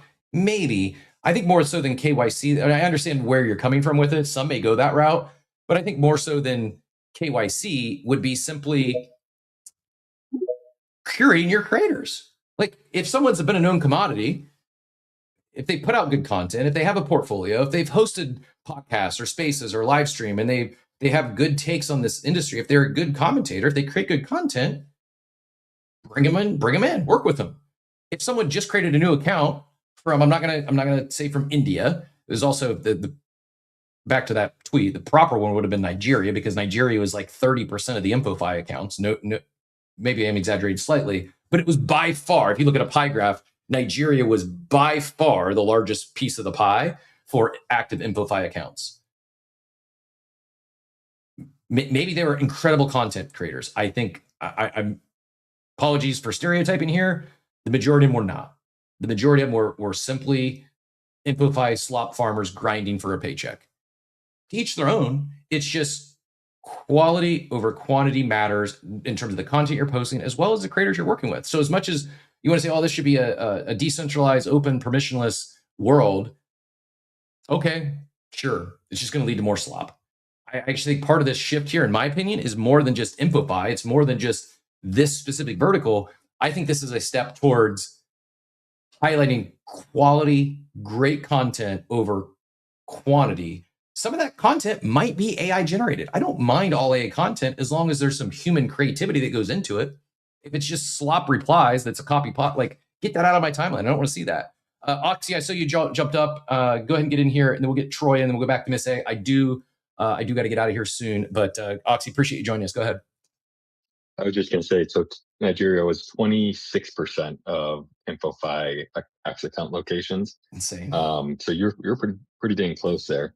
If listeners, if you haven't, by the way, Zach XBT did put out a pie graph of where all of these accounts were located. So 26% in Nigeria. There is a couple 100 million people in Nigeria. That accounts for about 2.9 to 3% of the entire world's population. So 3% of the world's population posting 26% of the AI content or the InfoFi content. That was a Freudian slip because it was AI content. Sorry, back to you, Oxy. Yeah, no, that's there's some crazy numbers coming out of Nigeria. Big crypto fans over there, I suppose. But so I apologize, I'm kind of coming in late here, but I think something that's interesting that's coming out of the move away from like the traditional InfoFi is the move back towards on-chain activity and how important that's going to be. Exactly. Obviously, it makes me so excited. You guys probably talked about this already a little bit, but it makes me so excited that all of these users that have like historically not been using the on-chain product that the company's building or what have you are all going to either have to learn how to like do on-chain activity and use the product and then maybe create content around it. Like I love that aspect of this change. But I think also there's going to be a huge edge as the market starts heating up, as people projects look to TGE. They're going to be forced to look at what wallets are actually doing real on-chain data. And obviously there's civil issues and stuff like that, which have always been there. But there is a huge edge that's kind of like showing itself here for people who actually, use products and make on-chain transactions and understand the product to create real content. Because one, they're going to have to bring on advisors or KOLs to like talk about their product to get their stuff out there. They can't just revert to doing a campaign. And then two, their only option is to look at the on-chain transactions, on-chain data. So I think if you're not already like clued in and educated on how to transact with these products, how to look at these products and see whether it's a good product or not, I would highly suggest trying to sit down and learn as much as you possibly can about these products that are looking to TGE as the market's heating up. Wholeheartedly agree. Well said. And I just to expand on that or add to it, I think that's not just going to benefit content creators. I think it's going to benefit users. When you think about future airdrops and your on-chain data stands to be rewarded significantly more now that this stuff is not being rewarded. This is the pie chart he's talking about. Zach did work with Shob 10 to compare the 70,000 InfoFi users from 7 platforms across their X accounts. Here's the results. This also came from Serpin, the founder of Ethos. I didn't check. I don't think Ethos got their API revoked. Does anyone know that? Did Ethos get impacted by this or no? Do we know? I don't think they did. I don't believe them they did. And Fantasy Top, I don't think did either. Actually, they just came out with a post about it, which I thought was interesting. That is interesting because I would consider Fantasy Top much more so than Ethos. I consider them in this realm of InfoFi. I know they're not, but that also I think does bode well for Zeet. Zeet has a very different, but they have a similar creator cards and tournaments and gaming around that coming soon. That's public knowledge. So that is interesting. I was not aware of that. I saw you unmute. Go ahead back in here, and then we'll see if Troy wants to end their conversation, and then we will. We're in the home stretch. Go ahead. Yeah, just one of the team members said, which I thought was kind of interesting, is I think they said something along the lines of we don't. We don't reward users for posting excessively or something along those lines. I might be misquoting, but something along those lines. I was like, oh, that's an interesting take because I feel like that's exactly what they do. But I guess at a different point, they do reward like good engagement and like valuable engagement over just sheer number of posts, maybe, I guess. But yeah, I don't know. Interesting, and I'm glad to see it. To be honest, I mean, I've been a fan of Fantasy Top. I think it's a cool, I think it's a cool use case. But one last thing I wanted to go back on what you were just saying is like, as these InfoFi projects and campaigns have started to like built out and matured, did the percent of the token allocation going towards these campaigns has continued to increase, like huge percentages. And those percentages either have to be redistributed to actual users, or obviously the teams can hold them, and that's that maybe that's outside the circulating suppliers or what have you, but it has to go somewhere that isn't to people that don't even use the chain or the product or whatever it is. So, I mean, I don't think I can be bullish enough on real on-chain users, and then tying in ethos, having like an on-chain reputation that is good. Ethos and then Legion are two that I've been looking at specifically for on-chain reputation and as it relates to future benefit. So like Legion does a similar thing. It's an ICO platform, as some of you may know, and they do a lot of on-chain analysis over, okay, what kind of user is this individual? And then you get a score, and then that can help determine whether or not you're eligible for future ICOs or what have you. So I think this on-chain reputation platform and like scores are going to be more and more important as things go on after InfoFi. Wholeheartedly agree. Here's a free idea for you. Someone should vibe code a version of Ethos, but specifically for creators, not just for your reputation as a person, but your reputation as a content creator. I think that might Cap, there's someone doing that. Do you remember Chris D from like 2020, 2021?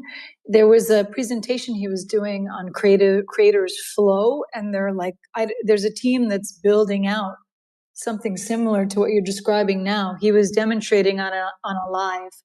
You remember Chris D? Flyright, right? Yeah. Flyright? Yeah, we're gonna. I'm not sure. You know who he is by his PFP. He's been around the space for about 5 years or so. Yep, he's gonna be on the show talking about it next week. Good setup. Yeah, I saw a preview because I saw what he was live streaming, and it was very interesting because it is finding those pain points that you're describing for the creator's lens, right? From the lens of the creator, and also from the lens of the person who would be hiring that said creator, right? That they could see their profile and they could see what they've done, a bit like a modern version content creator profile that you would do traditionally for Web 2. That he is looking at doing some. Yeah, it was very interesting. I'd take a look at it. Awesome. Yeah, I'm excited to dive deeper. One other thought, and then I'll see if Troy, if you want to join the convo, I'd love to get your takes on this. Then I gotta get out of here. But here's the last one. This is the other. I said I'd show the other side of somebody who's pretty disappointed in this. Jack Poor says, "Hey Grok, there's 800,000 yappers, 80% dependent on InfoFi. That's 640,000 users got wrecked after Nikita's news. If they unsubscribe from X Premium, $8 a month, 5 million lost, 64 million lost per year. This, like, I understand that. I probably a lot of noise in those numbers. I don't think X is going to lose 64 million or 5 million even as a result of this change. I could actually see it in improving X because people were starting to question, should we go to YouTube? Should we go elsewhere? Because the algo sucks. I do think that while I'm a fan of the opportunity that exists here, it wasn't great in its current form. Some could say InfoFi was broken. Others could say it's not optimal. Probably somewhere in between. I do think this will force an evolution. It is forcing evolution. It'll force them to get better. It'll force them to clean things up and think differently. So I actually think this could be a net positive for not the farmers, not the ones that are just yapping. I think this will be a huge net positive for real content creators, the big, the small, the medium. I think I could see this benefiting all across the board. Troy, welcome to the stage. GM, sure, it's not often we get you in here, but love to hear your take on this. What's up, man? How you doing? GM Good. To you. Can we say GM anymore? So listen, I know you got to get out of here. Yeah, let's be honest about InfoFi just for a second. And I've replied some funny stuff on on those.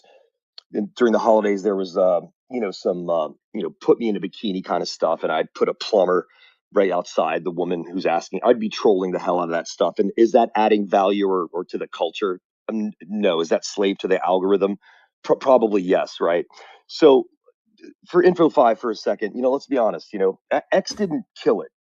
InfoFi killed itself, and that's what happens when you become a slave to this algorithm. And it rewarded speed over thought, and it noise over value, and engagement over real contribution. What again? You are trying to get that money and get those yaps, but like, what are you adding besides being clever takes care of themselves. Intelligence takes care of everybody. And this space is largely fed into being clever and those short-term gains, which has no legs for days. As a story writer and a screenwriter for 32 years, TV shows are built on series engines that carry you through to keep you tuning in every week. And this space, things die very quickly. Some things will last, but a lot of things die. So people farmed it, bots flooded it, and AI slop took over. And it's literally there to make it, you can definitely get the best out of AI, and people are just being lazy as fuck, even though it's your personal assistant that has everything, like the world is giving you its oyster, So you didn't get insight, you got repetition, you didn't get culture. That's fucking lost largely. You got clipping, right? Nothing against clippers, but what are you clipping that's adding value? Are you just farming something that got more fucking rage bait based on the slave to the algorithm infrastructure that is on every platform, right? Not just X. And that, to me, that's not building, that's extraction. And extraction didn't start with Web3, man. You got the best lemonade stand in the street. Somebody's gonna fucking copy paste your lemonade stand and do it on the next block, right? It's and wherever there's money, there's gonna be a scam, right? So that is hard to make go away. So, and here's the part nobody wants to admit: the problem isn't AI. It's not bots. It's not even algorithm. And the problem is we turned attention into money before we protected culture. And like I said, Web3 didn't invent extraction. It just made it acceptable. Bots repeat and humans interpret. And what we're seeing more is that humans aren't interpreting actually with thought. If interpretation doesn't matter, then culture dies. So if you have those fucking merch things from dying fucking NFT companies, you can thank, largely a part of the people that are, killing the thing that or adding. Let me see. How am I going to say this? It's like they're going after the thing that they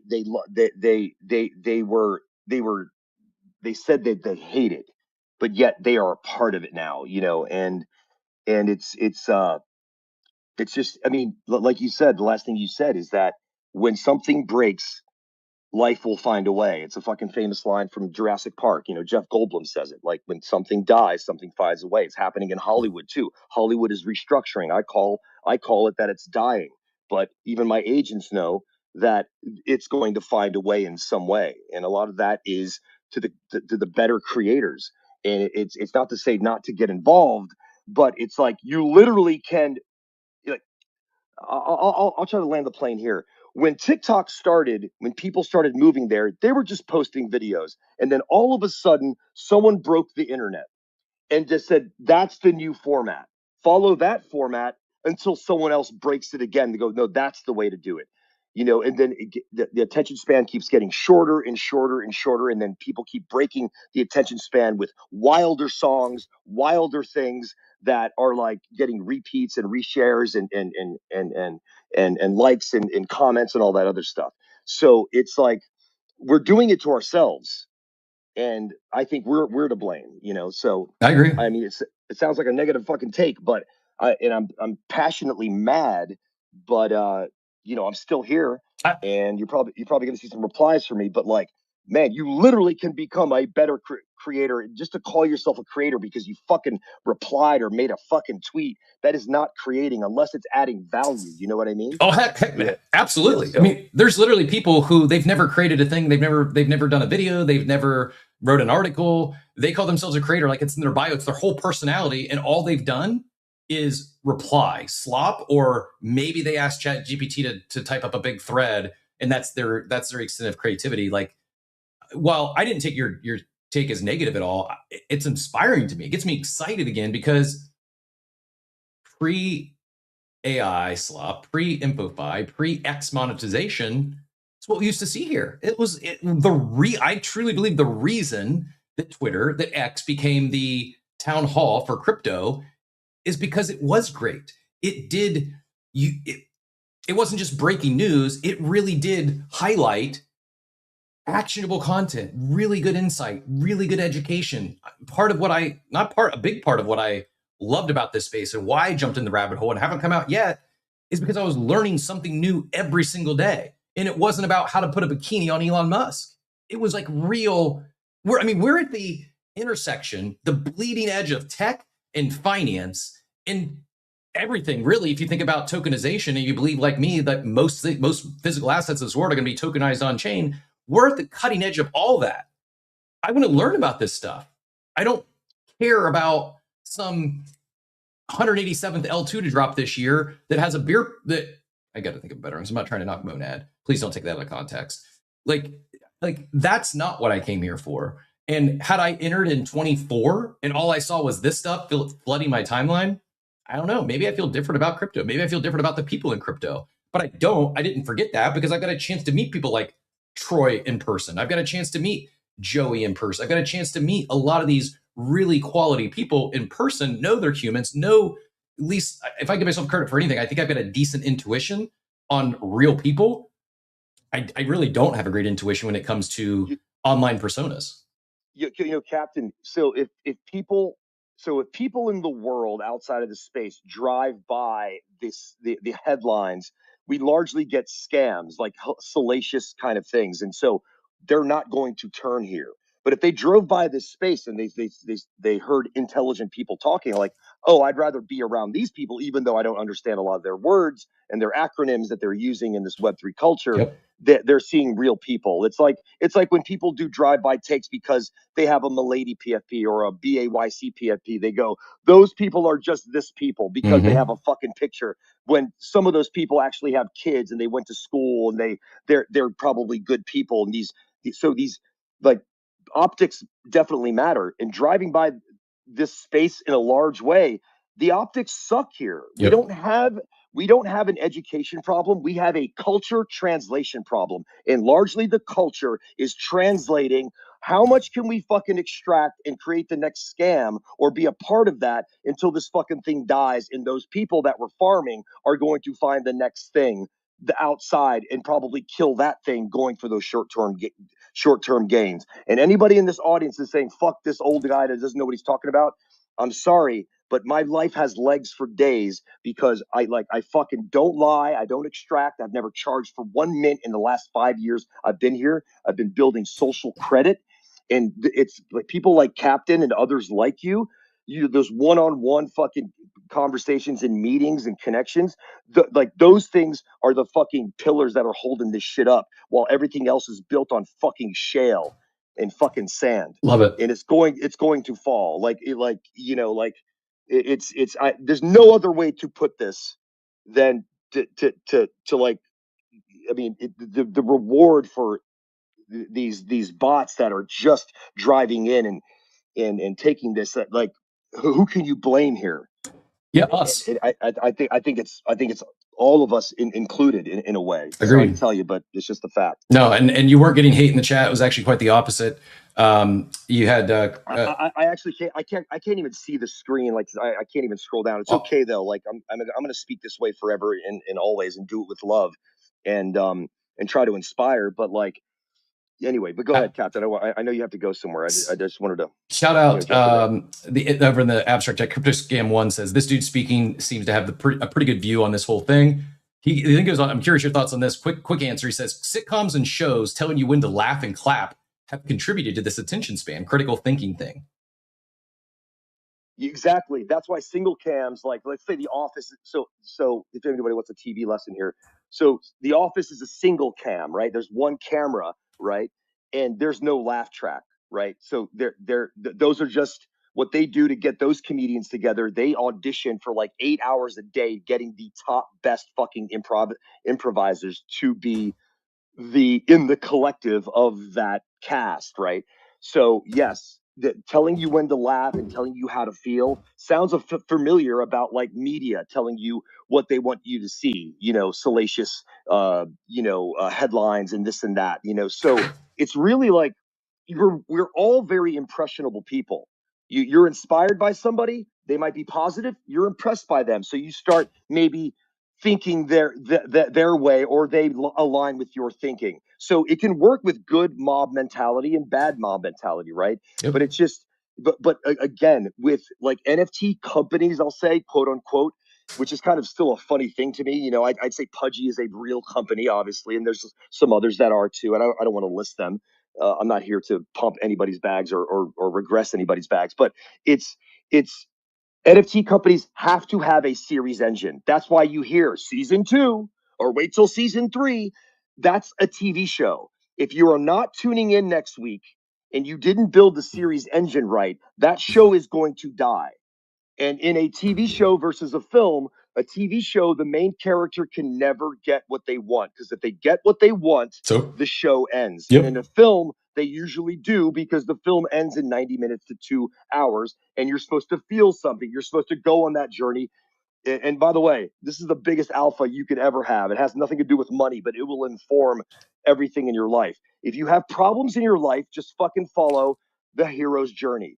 Because in the hero's journey, in a great story, they are presented with a call to action. Their life is turned upside down. And most people go to the movies because they're never going to be a hero in their mind. Yep. They're going to watch the hero make a decision to go, I'm going to fucking go through this call to action, this fucking problem in my life, and I'm going to get to the other side. Most people, when their life is turned upside down, they run away, they drink, they do drugs, and they never get through that. So that's why they're always in the same fucking spot. So if you were somebody, would you want to be watching your life if you're doing that? Or would you want to watch the life where you said, fuck this, I'm going to break on through to the other side, which is what that fucking song by The Doors is about. Love it. There's a lot of lessons in language, man, and I'm a fucking master at it. So if I can help you in that way, I hope this did. If I didn't, I'm sorry. You can unfollow me, or if you didn't follow me at all. Anyway, cheers. Appreciate you, Troy. Thanks for adding to the conversation today. It's been too long, but you got me ready to run through a brick wall. I've got one other piece of info, unrelated, but absolutely related to this entire conversation and everything Troy just said. And then we're going to go to Oxy for a 30-second lightning round, because I'm about a half hour beyond when I was supposed to hit the road. So the last thing, though, that whether you're an InfoFi farmer or you think AI is coming for your job, I'm just going to share this. This was profound when I saw it. It says, next time you're worried about AI taking your job, realize that firewood, yes, firewood, used to be a quarter of the GDP. This is a chart of the US GDP from 2 centuries ago. Firewood made up 28% of it. And then it dipped to 16, then 19, then 16, then 22, then up to 26% again in the 1830s, 1840s. Then it dropped to 15, then 10, and now today it's not even a rounding error. But yes, firewood used to be over a quarter of the US GDP. Things changed. Doesn't mean the world is ending. Doesn't mean you can't go make money elsewhere. But things absolutely change. Oxy, 30 seconds or less, and then we'll send it out of here with an outro. I was just gonna. I was curious on the numbers thing. I was talking about this yesterday with some buddies, and I'm like, how is crypto and InfoFi broadly big enough for Nikita to care? And I was like looking at some of the numbers, and it really baffles me that he gives a shit about what's going on in InfoFi and crypto Twitter. Actually, supposedly has 150 million. 150 million daily active users. It's baffling to me that he gives a shit about a couple 100,000 users posting. And I guess I'm curious if it's the sheer amount of posts that are coming out of like crypto Twitter or something like that. But I am curious to see how this like trickles down through their metrics, because obviously, just like with every social media platform, it depends on how many users you have and then how many like posts and engagement that people get for advertisers to be willing to pay X amount of dollars or willing to partner with you to get for X amount of dollars. So I am curious to see how this kind of trickles down to the rest of the platform. Obviously, with AI, there isn't like engagement or like conversion and shit like that. But at the end of the day, do advertisers really care that much about the conversion ratio when it looks like your daily active users or your posts per day have dropped off a cliff? I'm just curious to see how that kind of plays out. And those numbers are really interesting. It also, I don't think anyone's hit on yet, it also is kind of an admission that they haven't figured out the bot problem. Like Twitter has a bot problem, and he's kind of so much admitting that here with this change. I don't know the numbers. Good. I would be curious to know. My speculation is why he cares about this. He got drugged through the coals because while we may be a small percentage of the total user base, we get passionate about something, man. Good, you're not hiding from it. Like we'll force it to go viral. Be the collective. So I think it is influential group of users. And I am also going to guess our time in app is probably number one of any industry. I'm guessing our time in app, as far as being chronically online, not just the reply, not just the number of posts, but I'm guessing like if they stack rank their industries, I'm guessing crypto is probably number one if they're ranking, power users by average, or the collective power user. If you look at an industry, I'm guessing we are at, if not, near, if not the very top when it comes to time in app and the ability to really drive influence. Like the other one, like sports and like everything else seems to be fleeting. Like a lot of things get like their moment in time. I think crypto Twitter is it's nonstop. It's 24/7, 365. And I think there's probably few industries that rolls as deep as does crypto Twitter. Just my guess, but I would also love to know those details sometime as well in the future. Here, get you guys out of here. I do have to run. Enjoyed the conversation today. I'm just going to stop saying we're only going to go 90 minutes or it's going to be a shorter show. Every time I do that, I jinx myself, end up going long. So I'm not going to do that anymore. But I do hope you all have a wonderful weekend. Go hit that newsletter if you missed any shows this week and catch all the clips and recordings tomorrow. We don't spam you, just get it once. So go to coffeewithcaptain.com, drop your email there. We greatly appreciate it. If you're looking for something to do as the outro plays, go hit us with a subscription over on YouTube. We greatly appreciate that. And as my buddy Steve would say, go Niners, go Bears, and hope you all have a wonderful, wonderful day, everyone.